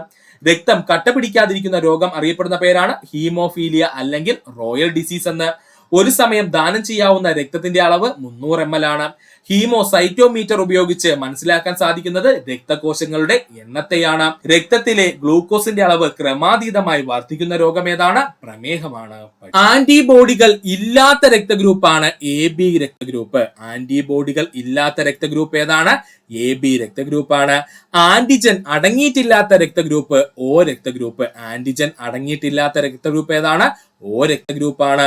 യൂണിവേഴ്സൽ ഡോണർ അല്ലെങ്കിൽ സാർവിക ദാതാവ് എന്ന പേരിൽ അറിയപ്പെടുന്നത് ആരെന്ന് ചോദിച്ചാൽ അത് O ഗ്രൂപ്പാണ്. യൂണിവേഴ്സൽ ഡോണർ അഥവാ സാർവിക ദാതാവ് എല്ലാവർക്കും നൽകാൻ കഴിയുന്നത് ഏത് രക്തഗ്രൂപ്പാണ്? O ഗ്രൂപ്പാണ്. സാർവിക സ്വീകർത്താവ് എന്ന പേരിൽ അറിയപ്പെടുന്ന രക്തഗ്രൂപ്പ് ഏതാണ്? അത് AB രക്തഗ്രൂപ്പാണ്. അതായത് എല്ലാവരിൽ നിന്നും രക്തം സ്വീകരിക്കാൻ കഴിയുന്ന സാർവിക സ്വീകർത്താവ് എന്ന പേരിൽ അറിയപ്പെടുന്ന രക്തഗ്രൂപ്പ് ഏതാണ്? അത് AB രക്തഗ്രൂപ്പാണ്. ഈ പറഞ്ഞിരിക്കുന്ന 4 PSC യുടെ പ്രീവിയസ് ക്വസ്റ്റ്യൻ ആണ്. അതുപോലെ തന്നെ ഇമ്പോർട്ടന്റ് ആണ്. ഇനി നടക്കാൻ പോകുന്ന നമ്മുടെ LGSന്റെ പ്രിലിമിനറി എക്സാമിനും ഇവിടെ നിന്നൊരു ചോദ്യം പ്രതീക്ഷിക്കാം. രക്തം കട്ടപിടിക്കുന്നതിന് പ്രധാന പങ്ക് വഹിക്കുന്ന രക്തകോശം പ്ലേറ്റ്ലെറ്റുകളാണ്. രക്തം കട്ടപിടിക്കുന്നതിന് പ്രധാന പങ്ക് വഹിക്കുന്ന രക്തകോശങ്ങൾ ഏതാ? പ്ലേറ്റ്ലെറ്റുകളാണ്. രക്തത്തിലെ ദ്രാവക ഭാഗം എന്നറിയപ്പെടുന്നത് പ്ലാസ്മ. രക്തത്തിലെ ദ്രാവക ഭാഗം എന്നറിയപ്പെടുന്നത് ആരാ? അത് പ്ലാസ്മയാണ്. രോഗഹേതുക്കളായ അണുക്കൾ ശരീരത്തിൽ പ്രവേശിക്കുന്നത് തടയുന്നത് രക്തത്തിലെ ഏത് കോശങ്ങളാണെന്ന് ചോദിച്ചാൽ അത് ശ്വേത രക്താണുക്കൾ അല്ലെങ്കിൽ വെളുത്ത രക്താണുക്കളാണ് കേട്ടോ. രോഗഹേതുക്കളായ അല്ലെങ്കിൽ രോഗമുണ്ടാക്കുന്നതിന് കാരണമായ അണുക്കൾ ശരീരത്തിൽ പ്രവേശിക്കുന്നത് തടയുന്നത് രക്തത്തിലെ ഏത് കോശങ്ങളാണെന്ന് ചോദിച്ചാൽ അത് ശ്വേത രക്താണുക്കൾ അല്ലെങ്കിൽ വെളുത്ത രക്താണുക്കളാണ്. ശരീരത്തിലെ കാവൽക്കാരെന്നറിയപ്പെടുന്ന രക്തകോശങ്ങൾ ചോദിച്ചാൽ അത് ശ്വേത രക്താണുക്കളാണ്. ശരീരത്തിലെ കാവൽക്കാരെന്നറിയപ്പെടുന്ന രക്തകോശങ്ങൾ ചോദിച്ചാൽ അത് ശ്വേത രക്താണുക്കളാണ്. രക്തത്തിൽ വെളുത്ത രക്താണുക്കൾ വർദ്ധിക്കുന്നത് കൊണ്ടുണ്ടാകുന്ന രോഗമാണ് ലുക്കീമിയ. പഠിച്ചോളനെ, രക്തത്തിൽ വെളുത്ത രക്താണുക്കൾ വർദ്ധിക്കുന്നത് കൊണ്ടുണ്ടാകുന്ന രോഗം എന്താണ്? ലുക്കീമിയയാണ്. ശ്വസനവാതകങ്ങളുടെ സംവഹനത്തിന് സഹായിക്കുന്ന രക്തത്തിലെ ഘടകം ചുവന്ന രക്താണുക്കളാണ്. ശ്വസനവാതകങ്ങളുടെ സംവഹനത്തിന് സഹായിക്കുന്ന രക്തത്തിലെ ഘടകം ഏതാ? ചുവന്ന രക്താണുക്കളാണ്. ഉറങ്ങുന്ന ഒരാളുടെ രക്തസമ്മർദ്ദം കുറയുന്നു. പഠിച്ചോളനെ, ഇമ്പോർട്ടന്റ് ആണ്. ഉറങ്ങുന്ന ഒരാളുടെ രക്തസമ്മർദ്ദം എപ്പോഴും കുറവായിരിക്കും. രക്തത്തിൽ ഹീമോഗ്ലോബിൻ ഇല്ലാത്ത ഒരു ജീവിയാണ് പാറ്റ. PSC ഒരുപാട് തവണ ഓപ്ഷൻ ആയിട്ട് ചോദിച്ചിട്ടുള്ളതാണ്. രക്തത്തിൽ ഹീമോഗ്ലോബിൻ ഇല്ലാത്ത ഒരു ജീവി ചോദിച്ചു കഴിഞ്ഞാൽ ഏതാണ്? പാറ്റയാണ്. ഏത് ഹോർമോണാണ് ജീവികൾക്ക് ബാഹ്യമായ ചുറ്റുപാടുകൾ ആശയവിനിമയത്തിന് സഹായിക്കുന്നത്? ഉത്തരം ഫിറമോൺ ആണ്. പഠിച്ചോളനെ, ഏത് ഹോർമോണാണ് ജീവികൾക്ക് അല്ലെങ്കിൽ സൂക്ഷ്മജീവികൾക്കായെങ്കിലും മറ്റു ജീവികൾക്ക് ഷഡ്പദങ്ങൾക്കായിക്കോട്ടെ ബാഹ്യമായ ചുറ്റുപാടിൽ ആശയവിനിമയത്തിന് സഹായിക്കുന്നതെന്ന് ചോദിച്ചാൽ അത് ഫിറമോൺ ആണ്. ഒന്നുകൂടി പറയാം സുഹൃത്തുക്കളെ, ശ്രദ്ധിക്കുക. ആന്റിബോഡി ഇല്ലാത്ത രക്തഗ്രൂപ്പ് AB ഗ്രൂപ്പ്. ആന്റിജൻ അടങ്ങിയിട്ടില്ലാത്ത രക്തഗ്രൂപ്പ് O ഗ്രൂപ്പ്. യൂണിവേഴ്സൽ ഡോണർ അഥവാ സാർവിക ദാതാവ് എല്ലാവർക്കും രക്തം നൽകാൻ കഴിയുന്നത് ആർക്കാണ്? അത് O ഗ്രൂപ്പിനാണ്. സാർവിക സ്വീകർത്താവ് അല്ലെങ്കിൽ എല്ലാവരിൽ നിന്നും രക്തം സ്വീകരിക്കാൻ കഴിയുന്ന രക്തഗ്രൂപ്പ് ഏതാണ്? അത് AB ഗ്രൂപ്പാണ്. രക്തം കട്ടപിടിക്കുന്നതിന് പ്രധാന പങ്ക് വഹിക്കുന്ന രക്തകോശം പ്ലേറ്റ്ലെറ്റുകളാണ്. രക്തത്തിലെ ദ്രാവഭാഗം പ്ലാസ്മയാണ്. രോഗഹേതുക്കളായ രക്താണുക്കൾ ശരീരത്തിൽ പ്രവേശിക്കുന്നത് തടയുന്നത് രക്തത്തിലെ ഏത് രക്തകോശങ്ങളാണെന്ന് ചോദിച്ചാൽ അത് ശ്വേത രക്താണുക്കൾ അല്ലെങ്കിൽ വെളുത്ത രക്താണുക്കളാണ്. ശരീരത്തിലെ കാവൽക്കാരെന്നറിയപ്പെടുന്ന രക്തകോശങ്ങൾ ശ്വേത രക്താണുക്കളാണ്. രക്തത്തിൽ വെളുത്ത രക്താണുക്കൾ വർദ്ധിക്കുന്നത് മൂലമുണ്ടാകുന്ന രോഗമാണ് ലുക്കീമിയ. ശ്വസനവാതകങ്ങളുടെ സംവഹനത്തിന് സഹായിക്കുന്ന രക്തത്തിലെ ഘടകം ചുവന്ന രക്താണുക്കൾ. ഉറങ്ങുന്ന ഒരാളുടെ രക്തസമ്മർദ്ദം എപ്പോഴും കുറവായിരിക്കും. രക്തത്തിൽ ഹീമോഗ്ലോബിൻ ഇല്ലാത്തൊരു ജീവിയുടെ ഉദാഹരണം ചോദിച്ചാൽ അത് പാറ്റയാണ്. ഏത് ഹോർമോൺ ആണ് ജീവികൾക്ക് ബാഹ്യമായ ചുറ്റുപാടിൽ ആശയവിനിമയത്തിന് സഹായിക്കുന്നതെന്ന് ചോദിച്ചാൽ അത് ഫിറമോൺ ആണ്. പഠിക്കുക. അടിയന്തര സാഹചര്യങ്ങളെ നേരിടാൻ ശരീരത്തിനെ സജ്ജമാക്കുന്ന ഹോർമോണാണ് അഡ്രിനാലിൻ. പഠിച്ചോളനെ. അടിയന്തര സാഹചര്യങ്ങളിൽ നേരിടാൻ ശരീരത്തെ സജ്ജമാക്കുന്ന ഹോർമോണാണ് അഡ്രിനാലിൻ. ഹൃദയത്തെ ഉത്തേജിപ്പിക്കാൻ സഹായിക്കുന്ന ഹോർമോൺ അഡ്രിനാലിൻ. ഹൃദയത്തെ ഉത്തേജിപ്പിക്കാൻ സഹായിക്കുന്ന ഹോർമോൺ അഡ്രിനാലിനാണ്. ആഹാരത്തിലെ പോഷകാംശങ്ങൾ ഏറ്റവും അധികം രക്തത്തിലേക്ക് ആഗിരണം ചെയ്യപ്പെടുന്നത് എവിടെ വെച്ചാണ്? ചെറുകുടലിൽ വെച്ച്. ആഹാരത്തിലെ പോഷകാംശങ്ങളിൽ ഏറ്റവും അധികം രക്തത്തിലേക്ക് ആഗിരണം ചെയ്യപ്പെടുന്നത് എവിടെ വെച്ചെന്ന് ചോദിച്ചാൽ അത് ചെറുകുടലിൽ വെച്ചാണ്. ആഹാരം പൂർണ്ണമായി ദഹിക്കുന്നത് ശരീരത്തിലെ ഏത് ഭാഗത്തിൽ വെച്ചെന്ന് ചോദിച്ചാൽ അത് ചെറുകുടലിൽ വെച്ചാണ്. പഠിച്ചോളനെ. ആഹാരം പൂർണ്ണമായും ദഹിക്കുന്നത് ശരീരത്തിലെ ഏത് ഭാഗത്ത് വെച്ചാ സുഹൃത്തുക്കളെ? ചെറുകുടലിൽ വെച്ചാണ്. ഉമിനീർ ഏത് ഭക്ഷ്യഘടകത്തിന്മേലാണ് പ്രവർത്തിക്കുന്നതെന്ന് ചോദിച്ചാൽ അത് അന്നജത്തിന് മേലാണ്. ഉമിനീർ ഏത് ഭക്ഷ്യഘടകത്തിന് മേലാണ് പ്രവർത്തിക്കുന്നതെന്ന് ചോദിച്ചാൽ അത് അന്നജത്തിന് മേലാണ്. ഉമിനീരിലുള്ള എൻസൈമാണ് ടയലിൻ അല്ലെങ്കിൽ സലേവറി അമിലേസ് എന്നും അറിയപ്പെടുന്നു. പഠിച്ചോളനെ. ഉമിനീരിൽ അടങ്ങിയിരിക്കുന്ന എൻസൈം ഏതാണ്? ടയലിൻ ആണ്. അല്ലെങ്കിൽ അവൻ അറിയപ്പെടുന്ന മറ്റൊരു പേരെന്താ? സലേവറി അമിലേസ് എന്ന്. ഭക്ഷണത്തിൽ അടങ്ങിയിരിക്കുന്ന ജലാംശം ആഗിരണം ചെയ്യപ്പെടുന്ന ദഹനേന്ദ്രിയ വ്യവസ്ഥയുടെ ഭാഗം വൻകുടലാണ്. പഠിച്ചോളനെ. ഭക്ഷണത്തിൽ അടങ്ങിയിരിക്കുന്ന ജലാംശം ആഗിരണം ചെയ്യപ്പെടുന്ന ദഹനേന്ദ്രിയ വ്യവസ്ഥയുടെ ഭാഗം ഏതാണ്? അത് വൻകുടലാണ്. മനുഷ്യ ശരീരത്തിലെ അസ്ഥികളുടെ എണ്ണം 206. മനുഷ്യ ശരീരത്തിലെ അസ്ഥികളുടെ എണ്ണം 206. നട്ടലിലെ കശേരുക്കളുടെ എണ്ണം 33. നട്ടലിലെ കശേരുക്കളുടെ എണ്ണം എത്രയാ? 33 ആണ്. മനുഷ്യ ശരീരത്തിലെ പേശികളുടെ എണ്ണം 639. മനുഷ്യ ശരീരത്തിലെ പേശികളുടെ എണ്ണം എത്രയാണ്? 639 ആണ്. മനുഷ്യന്റെ തലയോട്ടിയിലെ എത്ര അസ്ഥികളുണ്ട്? 22 അസ്ഥികൾ. മനുഷ്യന്റെ തലയോട്ടിയിലെ അസ്ഥികളുടെ എണ്ണം എത്രയാ? 22. മനുഷ്യന്റെ വാരിയെല്ലുകളുടെ എണ്ണം എത്രയാണ്? 24 ആണ്. മനുഷ്യന്റെ വാരിയെല്ലുകളുടെ എണ്ണം എത്രയാ സുഹൃത്തുക്കളെ? 24 ആണ്. 12 ഒരു സൈഡിൽ, ഇപ്പുറ സൈഡിലും 12. അങ്ങനെ എത്രയാണ്? 24 വാരിയെല്ലുകളാണ് മനുഷ്യനുള്ളത്. ഒന്നുകൂടി പറയാം സുഹൃത്തുക്കളെ, ശ്രദ്ധിക്കുക. അടിയന്തര സാഹചര്യങ്ങൾ നേരിടാൻ ശരീരത്തെ സജ്ജമാക്കുന്ന ഹോർമോണാണ് അഡ്രിനാലിൻ. ഹൃദയത്തെ ഉത്തേജിപ്പിക്കാൻ സഹായിക്കുന്ന ഹോർമോൺ അഡ്രിനാലിനാണ്. ആഹാരത്തിലെ പോഷകാംശങ്ങൾ ഏറ്റവും അധികം രക്തത്തിലേക്ക് ആഗിരണം ചെയ്യപ്പെടുന്നത് എവിടെ വെച്ചാണ്? ചെറുകുടലിൽ വെച്ചാണ്. ആഹാരം പൂർണ്ണമായും ദഹിക്കുന്നത് ശരീരത്തിന്റെ ഏത് ഭാഗത്ത് വെച്ചാണ്? ചെറുകുടലിൽ വെച്ചാണ്. ഉമിനീർ ഏത് ഭക്ഷ്യഘടകത്തിന്മേലാണ് പ്രവർത്തിക്കുന്നത് ചോദിച്ചാൽ അന്നജത്തിനു മേലാണ്. ഉമിനീരിൽ അടങ്ങിയിരിക്കുന്ന എൻസൈം ഏതാണ്? ടൈലിനാണ്. അല്ലെങ്കിൽ അവർ അറിയപ്പെടുന്ന മറ്റൊരു പേരെന്താ? സലേവറി അമിലേസ് എന്ന്. ഭക്ഷണത്തിൽ അടങ്ങിയിരിക്കുന്ന ജലാംശം ആഗിരണം ചെയ്യപ്പെടുന്ന ദഹനേന്ദ്രിയ വ്യവസ്ഥയിലെ ഭാഗം ഏതെന്ന് ചോദിച്ചാൽ അത് വൻകുടലാണ്. മനുഷ്യ ശരീരത്തിലെ അസ്ഥികളുടെ എണ്ണം 206. നട്ടലിലെ കശേരുക്കളുടെ എണ്ണം 33. മനുഷ്യ ശരീരത്തിലെ പേശികളുടെ എണ്ണം എത്രയാണ്? 639 ആണ്. മനുഷ്യന്റെ തലയോട്ടിയിൽ എത്ര അസ്ഥികളുണ്ട്? 22 അസ്ഥികളുണ്ട്. മനുഷ്യന്റെ വാരിയലുകളുടെ എണ്ണം ചോദിച്ചാൽ അത് 24 ആണ്. പഠിക്കുക. പാലിലെ പഞ്ചസാര എന്നറിയപ്പെടുന്നത് ലാക്ടോസ് ആണ്. പാലിലടങ്ങിയിരിക്കുന്ന പഞ്ചസാര അറിയപ്പെടുന്ന പേരെന്താ സുഹൃത്തുക്കളെ? ലാക്ടോസ് എന്നാണ്. മനുഷ്യ ശരീരത്തിലെ ഏറ്റവും വലിയ അസ്ഥി തുടയെല്ല് അല്ലെങ്കിൽ ഫീമർ ആണ് കേട്ടോ. പഠിച്ചോളണേ. മനുഷ്യ ശരീരത്തിലെ ഏറ്റവും വലിയ അസ്ഥി എന്നറിയപ്പെടുന്നത് ഏതാണ്? തുടയെല്ല് അല്ലെങ്കിൽ ഫീമർ ആണ്. മനുഷ്യരീരത്തിലെ ഏറ്റവും ചെറിയ അസ്ഥി എന്നറിയപ്പെടുന്നത് സ്റ്റേപ്പിസ് ആണ്. മനുഷ്യരീരത്തിലെ ഏറ്റവും ചെറിയ അസ്ഥി എന്നറിയപ്പെടുന്നത് ഏതാണ്? അത് സ്റ്റേപ്പിസ് ആണ്. പാറ്റല്ല ഏത് അസ്ഥിയുടെ ശാസ്ത്രീയ നാമമാണ്? ഉത്തരം മുട്ടുചിരട്ടയുടെ. ഇപ്പോഴങ്ങോട്ട് ചോദിച്ചതേ ഉള്ളൂ. പാറ്റല്ല ഏത് അസ്ഥിയുടെ ശാസ്ത്രീയ നാമമാണെന്ന് ചോദിച്ചു കഴിഞ്ഞാൽ അത് മുട്ടുചിരട്ടയുടെയാണ്. തുടയെല്ലിന്റെ ശാസ്ത്രീയ നാമം ഫീമർ എന്നാണ്. നമ്മൾ ഓൾറെഡി പറഞ്ഞു കഴിഞ്ഞു. തുടയെല്ലിന്റെ ശാസ്ത്രീയ നാമം എന്താണ്? ഫീമർ എന്നാണ്. സന്ധികളെ ബാധിക്കുന്ന രോഗമാണ് ആർത്രൈറ്റിസ് അഥവാ സന്ധിവാദം. സന്ധികളെ ബാധിക്കുന്ന രോഗം ഏതാണ്? ആർത്രൈറ്റിസ് അഥവാ സന്ധിവാദമാണ്. എല്ലുകളുടെയും പല്ലുകളുടെയും ശക്തി നിലനിർത്താൻ ആവശ്യമായ ഘടകമാണ് കാൽസ്യം. പഠിച്ചോളനെ. എല്ലുകളുടെയും പല്ലുകളുടെയും ശക്തി നിലനിർത്താൻ ആവശ്യമായ ഘടകം ഏതാണ്? കാൽസ്യമാണ്. മനുഷ്യ ശരീരത്തിലെ ഏറ്റവും കാഠിന്യമുള്ള പദാർത്ഥം എന്നറിയപ്പെടുന്നത് ഇനാമലാണ്. മനുഷ്യ ശരീരത്തിലെ ഏറ്റവും കാഠിന്യമുള്ള പദാർത്ഥം എന്നറിയപ്പെടുന്നതാണ് പല്ലിലെ ഇനാമലാണ്. എല്ലിൽ അടങ്ങിയിരിക്കുന്ന പ്രധാന രാസവസ്തുവാണ് കാൽസ്യം ഫോസ്ഫേറ്റ്. എല്ലിൽ അടങ്ങിയിരിക്കുന്ന പ്രധാന രാസവസ്തു ഏതാ സുഹൃത്തുക്കളെ? കാൽസ്യം ഫോസ്ഫേറ്റ് ആണ്.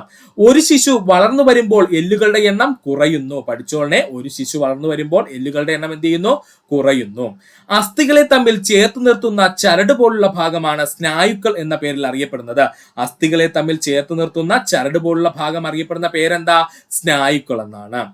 ടിബിയ അസ്ഥി കാണപ്പെടുന്നത് കാലിലാണ്. ടിബിയ അസ്ഥി കാണപ്പെടുന്നത് എവിടെയാണ്? അത് കാലിലാണ്. മനുഷ്യരിൽ ഗർഭകാലം എത്ര ദിവസമാണ്? 280 ദിവസം. പഠിച്ചോളനെ. മനുഷ്യരിലെ ഗർഭകാലം എത്ര ദിവസമാണ്? 280 ദിവസമാണ്. മനുഷ്യരിൽ ലിംഗനിർണയം നടത്തുന്ന ക്രോമസോം ഏതാണെന്ന് ചോദിച്ചാൽ അത് Y ക്രോമസോം ആണ്. മനുഷ്യരില് ലിംഗനിർണയം നടത്തുന്ന ക്രോമസോം ഏതാണ്? അത് Y ക്രോമസോം ആണ്. മനുഷ്യനിൽ ബീജങ്ങൾ ഉൽപ്പാദിപ്പിക്കുന്ന അവയവം വൃഷണങ്ങൾ. മനുഷ്യനിൽ ബീജങ്ങൾ ഉൽപ്പാദിപ്പിക്കുന്ന അവയവം ഏതാണ്? അത് വൃഷണങ്ങളാണ്. ഒന്നുകൂടി പറയാം സുഹൃത്തുക്കളെ, ശ്രദ്ധിക്കുക. പാലിലെ പഞ്ചസാര എന്നറിയപ്പെടുന്നത് ലാക്ടോസ് ആണ്. മനുഷ്യ ശരീരത്തിലെ ഏറ്റവും വലിയ അസ്ഥി എന്നറിയപ്പെടുന്നത് തുടയല് അഥവാ ഫീമർ ആണ്. മനുഷ്യ ശരീരത്തിലെ ഏറ്റവും ചെറിയ അസ്ഥി എന്നറിയപ്പെടുന്നത് സ്റ്റേപ്പിസ് ആണ്. പാറ്റല്ല ഏത് അസ്ഥിയുടെ ശാസ്ത്രീയ നാമമാണെന്ന് ചോദിച്ചാൽ അത് മുട്ടുചിരട്ടയുടെ ശാസ്ത്രീയ നാമമാണ്. തുടയലിന്റെ ശാസ്ത്രീയ നാമം ഫീമർ എന്നാണ്. സന്ധികളെ ബാധിക്കുന്ന ഒരു രോഗമാണ് ആർത്രൈറ്റിസ് അഥവാ സന്ധിവാതം. എല്ലുകളുടെയും പല്ലുകളുടെയും ശക്തി നിലനിർത്താൻ ആവശ്യമായ ഘടകം കാൽസ്യമാണ്. മനുഷ്യരീരത്തിലെ ഏറ്റവും കാഠിന്യമുള്ള പദാർത്ഥം എന്നറിയപ്പെടുന്നത് ഇനാമലാണ്. എല്ലിൽ അടങ്ങിയിരിക്കുന്ന പ്രധാന രാസവസ്തു ഏതാണ്? കാൽസ്യം ഫോസ്ഫേറ്റ് ആണ്. ഒരു ശിശു വളർന്നു വരുമ്പോൾ എല്ലുകളുടെ എണ്ണം കുറയുന്നു. അസ്ഥികളെ തമ്മിൽ ചേർത്ത് നിർത്തുന്ന ചരട് പോലുള്ള ഭാഗമാണ് സ്നായുക്കൾ.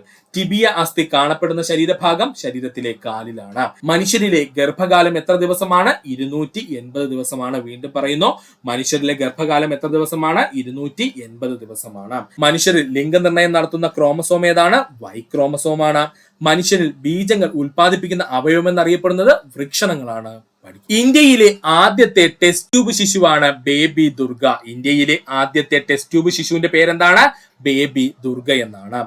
സ്ത്രീയെ വന്ധീകരിക്കുന്ന ശസ്ത്രക്രിയ അറിയപ്പെടുന്ന പേരാണ് ട്യൂബെക്ടമി. ഇടയ്ക്ക് ചോദിച്ചിരുന്നു, സ്ത്രീയെ വന്ധീകരിക്കുന്ന ശസ്ത്രക്രിയ അറിയപ്പെടുന്ന പേരാണ് ട്യൂബെക്ടമി. പുരുഷന്മാരെങ്കിൽ അതിന് നമ്മൾ വാസെക്ടമി എന്ന പേരിലും അറിയപ്പെടുന്നു കേട്ടോ. സ്ത്രീകളെ വന്ധീകരിക്കുന്ന ശസ്ത്രക്രിയ അറിയപ്പെടുന്ന പേരാണ് ട്യൂബെക്ടമി എങ്കിൽ പുരുഷന്മാരെ വന്ധീകരിക്കുന്ന ശസ്ത്രക്രിയ അറിയപ്പെടുന്ന പേരാണ് വാസെക്ടമി എന്ന്. എന്ത് പേരില? വാസെക്ടമി എന്ന പേരിലാണ് അറിയപ്പെടുന്നത്. വാക്സെക്ടമി എന്നാൽ എന്ത്? ബീജം ഉൽപാദനം തടയുന്നതിന് പുരുഷന്മാരിൽ നടത്തുന്ന ശസ്ത്രക്രിയ നമ്മൾ ഓൾറെഡി പറഞ്ഞു. വാക്സെക്ടമി എന്ന് പറഞ്ഞു കഴിഞ്ഞാൽ ബീജ ഉൽപാദനം തടയുന്നതിന് പുരുഷന്മാരിൽ നടത്തുന്ന ശസ്ത്രക്രിയ അല്ലെങ്കിൽ വന്ധീകരണം അറിയപ്പെടുന്ന പേരാണ് വാക്സെക്ടമി. മനുഷ്യ ശരീരത്തിലെ ഏറ്റവും വലിയ ഗ്രന്ഥിയാണ് കരള്. മനുഷ്യ ശരീരത്തിലെ ഏറ്റവും വലിയ ഗ്രന്ഥി എന്നറിയപ്പെടുന്നത് ആരാ? കരളാണ്. മനുഷ്യ ശരീരത്തിലെ ഏറ്റവും വലിയ അന്തസ്രാവി ഗ്രന്ഥി എന്നറിയപ്പെടുന്നത് തൈറോയിഡ് ഗ്രന്ഥി. ഏറ്റവും കൂടുതൽ ഉദ്യോഗാർത്ഥികൾ തെറ്റിക്കുന്ന ക്വസ്റ്റ്യൻ ആണ് പറഞ്ഞത്. മനുഷ്യ ശരീരത്തിലെ ഏറ്റവും വലിയ ഗ്രന്ഥി ആരാ? അത് കരളാണ്. മനുഷ്യ ശരീരത്തിലെ ഏറ്റവും വലിയ അന്തസ്രാവി ഗ്രന്ഥി എന്ന് ചോദിച്ചാൽ അത് തൈറോയിഡ് ഗ്രന്ഥിയാണ്. മനുഷ്യ ശരീരത്തിലെ ഏത് ഗ്രന്ഥിയാണ് ആദാമിന്റെ ആപ്പിൾ എന്ന പേരിൽ അറിയപ്പെടുന്നതെന്ന് ചോദിച്ചാൽ അത് തൈറോയിഡ് ഗ്രന്ഥിയാണ്. മനുഷ്യ ശരീരത്തിലെ ഏത് ഗ്രന്ഥിയാണ് ആദാമിന്റെ ആപ്പിൾ എന്ന പേരിൽ അറിയപ്പെടുന്നതെന്ന് ചോദിച്ചാൽ അത് തൈറോയിഡ് ഗ്രന്ഥിയാണ്. ഇൻസുലിൻ ഉൽപ്പാദിപ്പിക്കുന്ന ഗ്രന്ഥി പാൻക്രിയാസ് അല്ലെങ്കിൽ അവൻ അറിയപ്പെടുന്ന മറ്റൊരു പേരെന്താണ്? ആഗ്നേയ ഗ്രന്ഥി. പഠിച്ചോളനെ. ഇൻസുലിൻ ഉൽപ്പാദിപ്പിക്കുന്ന ഗ്രന്ഥി എന്ന് ചോദിച്ചാൽ അത് പാൻക്രിയാസ് ആണ്. അല്ലെങ്കിൽ അവൻ അറിയപ്പെടുന്ന മറ്റൊരു പേരെന്താ? ആഗ്നേയ ഗ്രന്ഥി എന്നാണ്. ആമാശയത്തിന്റെ അടിയിൽ സ്ഥിതി ചെയ്യുന്ന ഗ്രന്ഥി ഏതാണ്? പാൻക്രിയാസ് ആണ്. ആമാശയത്തിന്റെ അടിയിൽ സ്ഥിതി ചെയ്യുന്ന ഗ്രന്ഥി ഏതാണ്? പാൻക്രിയാസ് ആണ്. രക്തത്തിലെ ഗ്ലൂക്കോസിന്റെ അളവിനെ നിയന്ത്രിക്കുന്ന ഹോർമോണുകളാണ് ഇൻസുലിനും ഗ്ലൂക്കഗോണും. രക്തത്തിലെ ഗ്ലൂക്കോസിന്റെ അളവിനെ നിയന്ത്രിക്കുന്ന ഹോർമോണുകൾ ഏതാണ്? ഇൻസുലിനും ഗ്ലൂക്കഗോണുമാണ്. നമ്മുടെ ശരീരത്തിൽ ഗ്ലൂക്കോസ് ഏത് രൂപത്തിലാണ് സംഭരിക്കപ്പെട്ടിരിക്കുന്നത്? ഗ്ലൈക്കോജന്റെ രൂപത്തിൽ. നമ്മുടെ ശരീരത്തിൽ ഗ്ലൂക്കോസ് ഏത് രൂപത്തിലാണ് സംഭരിക്കപ്പെടുന്നത്? ഗ്ലൈക്കോജന്റെ രൂപത്തിൽ. രക്തത്തിലെ പഞ്ചസാരയുടെ അളവ് നിയന്ത്രിക്കുന്ന ഗ്രന്ഥി ആഗ്നേയ ഗ്രന്ഥി. പഠിച്ചോളനെ. രക്തത്തിലെ പഞ്ചസാരയുടെ അളവ് നിയന്ത്രിക്കുന്ന ഗ്രന്ഥി എന്ന് ചോദിച്ചാൽ അത് ആഗ്നേയ ഗ്രന്ഥിയാണ്, അല്ലാതെ കരളല്ല. ശ്രദ്ധിച്ചോളനെ. രക്തത്തിലെ പഞ്ചസാരയുടെ അളവ് നിയന്ത്രിക്കുന്ന ഗ്രന്ഥി ആഗ്നേയ ഗ്രന്ഥിയാണ്. ശരീരത്തിലെ ഏത് ഗ്രന്ഥിയുടെ പ്രവർത്തനത്തിന് തകരാറ് സംഭവിക്കുമ്പോഴാണ് ഇൻസുലിൻ കുത്തിവെക്കേണ്ടി വരുന്നതെന്ന് ചോദിച്ചാൽ പാൻക്രിയാസ് അല്ലെങ്കിൽ ആഗ്നേയ ഗ്രന്ഥിയുടെ തകരാറുള്ളപ്പോഴാണ്. ശരീരത്തിലെ ഏത് ഗ്രന്ഥിയുടെ പ്രവർത്തനത്തിന് തകരാറ് സംഭവിക്കുമ്പോഴാണ് ഇൻസുലിൻ കുത്തിവെക്കേണ്ടി വരുന്നതെന്ന് ചോദിച്ചാൽ പാൻക്രിയാസ് അല്ലെങ്കിൽ ആഗ്നേയ ഗ്രന്ഥിയുടെ പ്രവർത്തനം തകരാറിലാകുമ്പോഴാണ്. ഒന്നുകൂടി പറയാം സുഹൃത്തുക്കളെ, ശ്രദ്ധിക്കുക. ഇന്ത്യയിലെ ആദ്യ ടെസ്റ്റ് ട്യൂബ് ശിശു ഏതാ? ബേബി ദുർഗയാണ്. സ്ത്രീയെ വന്ധീകരിക്കുന്ന ശസ്ത്രക്രിയ അറിയപ്പെടുന്ന പേര് ട്യൂബെക്ടമി എന്നാണ്. പുരുഷന്മാർക്കാണെങ്കിൽ അത് വാസെക്ടമി എന്നും അറിയപ്പെടുന്നു. വാക്സെക്ടമി എന്നാൽ എന്തെന്ന് ചോദിച്ചാൽ ബീജ ഉൽപാദനം തടയുന്നതിന് പുരുഷന്മാർ നടത്തുന്ന ശസ്ത്രക്രിയ അറിയപ്പെടുന്ന പേരാണ് വാക്സെക്ടമി. മനുഷ്യ ശരീരത്തിലെ ഏറ്റവും വലിയ ഗ്രന്ഥി കരളാണ്. മനുഷ്യ ശരീരത്തിലെ ഏറ്റവും വലിയ അന്തസ്രാവി ഗ്രന്ഥി എന്ന് ചോദിച്ചാൽ അത് തൈറോയിഡ് ആണ്. മനുഷ്യ ശരീരത്തിലെ ഏത് ഗ്രന്ഥിയാണ് ആദാമിന്റെ ആപ്പിൾ എന്നറിയപ്പെടുന്നതെന്ന് ചോദിച്ചാൽ അത് തൈറോയിഡ് ഗ്രന്ഥിയാണ്. ഇൻസുലിൻ ഉൽപ്പാദിപ്പിക്കുന്ന ഗ്രന്ഥി പാൻക്രിയാസ് ഗ്രന്ഥി. അവൻ അറിയപ്പെടുന്ന മറ്റൊരു പേരെന്താ? ആഗ്നേയ ഗ്രന്ഥി എന്ന്. ആമാശയത്തിന്റെ അടിയിൽ സ്ഥിതി ചെയ്യുന്ന ഗ്രന്ഥിയാണ് പാൻക്രിയാസ് അല്ലെങ്കിൽ ആഗ്നേയ ഗ്രന്ഥി. രക്തത്തിൽ ഗ്ലൂക്കോസിന്റെ അളവിനെ നിയന്ത്രിക്കുന്ന ഹോർമോണുകളാണ് ഇൻസുലിനും ഗ്ലൂക്കഗോൺ എന്നിവ. നമ്മുടെ ശരീരത്തിൽ ഗ്ലൂക്കോസ് ഏത് രൂപത്തിലാണ് സംഭരിക്കപ്പെടുന്നത്? ഗ്ലൈക്കോജനായി. രക്തത്തിലെ പഞ്ചസാരയുടെ അളവ് നിയന്ത്രിക്കുന്ന ഗ്രന്ഥി ഏതാണ്? ആഗ്നേയ ഗ്രന്ഥി അല്ലെങ്കിൽ പാൻക്രിയാസ് ഗ്ലാൻഡ്.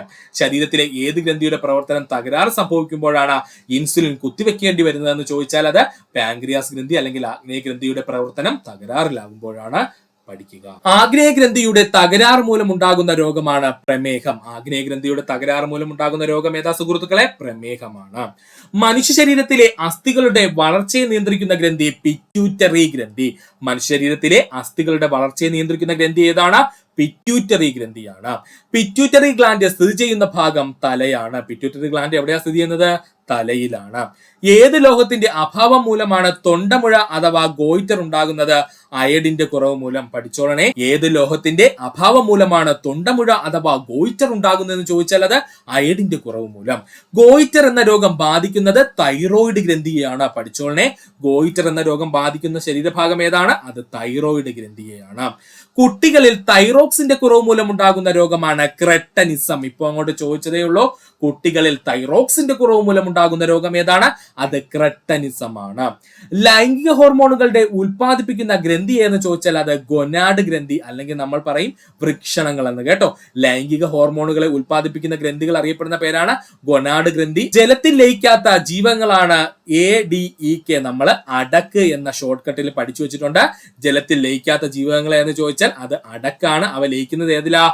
അത് കൊഴുപ്പിലാണ്. അങ്ങനെയെങ്കിൽ ജലത്തിൽ ലയിക്കുന്ന ജീവകങ്ങൾ എന്ന് ചോദിച്ചാൽ അത് ബിയും സിയും ആണ്. കേട്ടോ, കൺഫ്യൂഷൻ ഉണ്ടാവരുത്.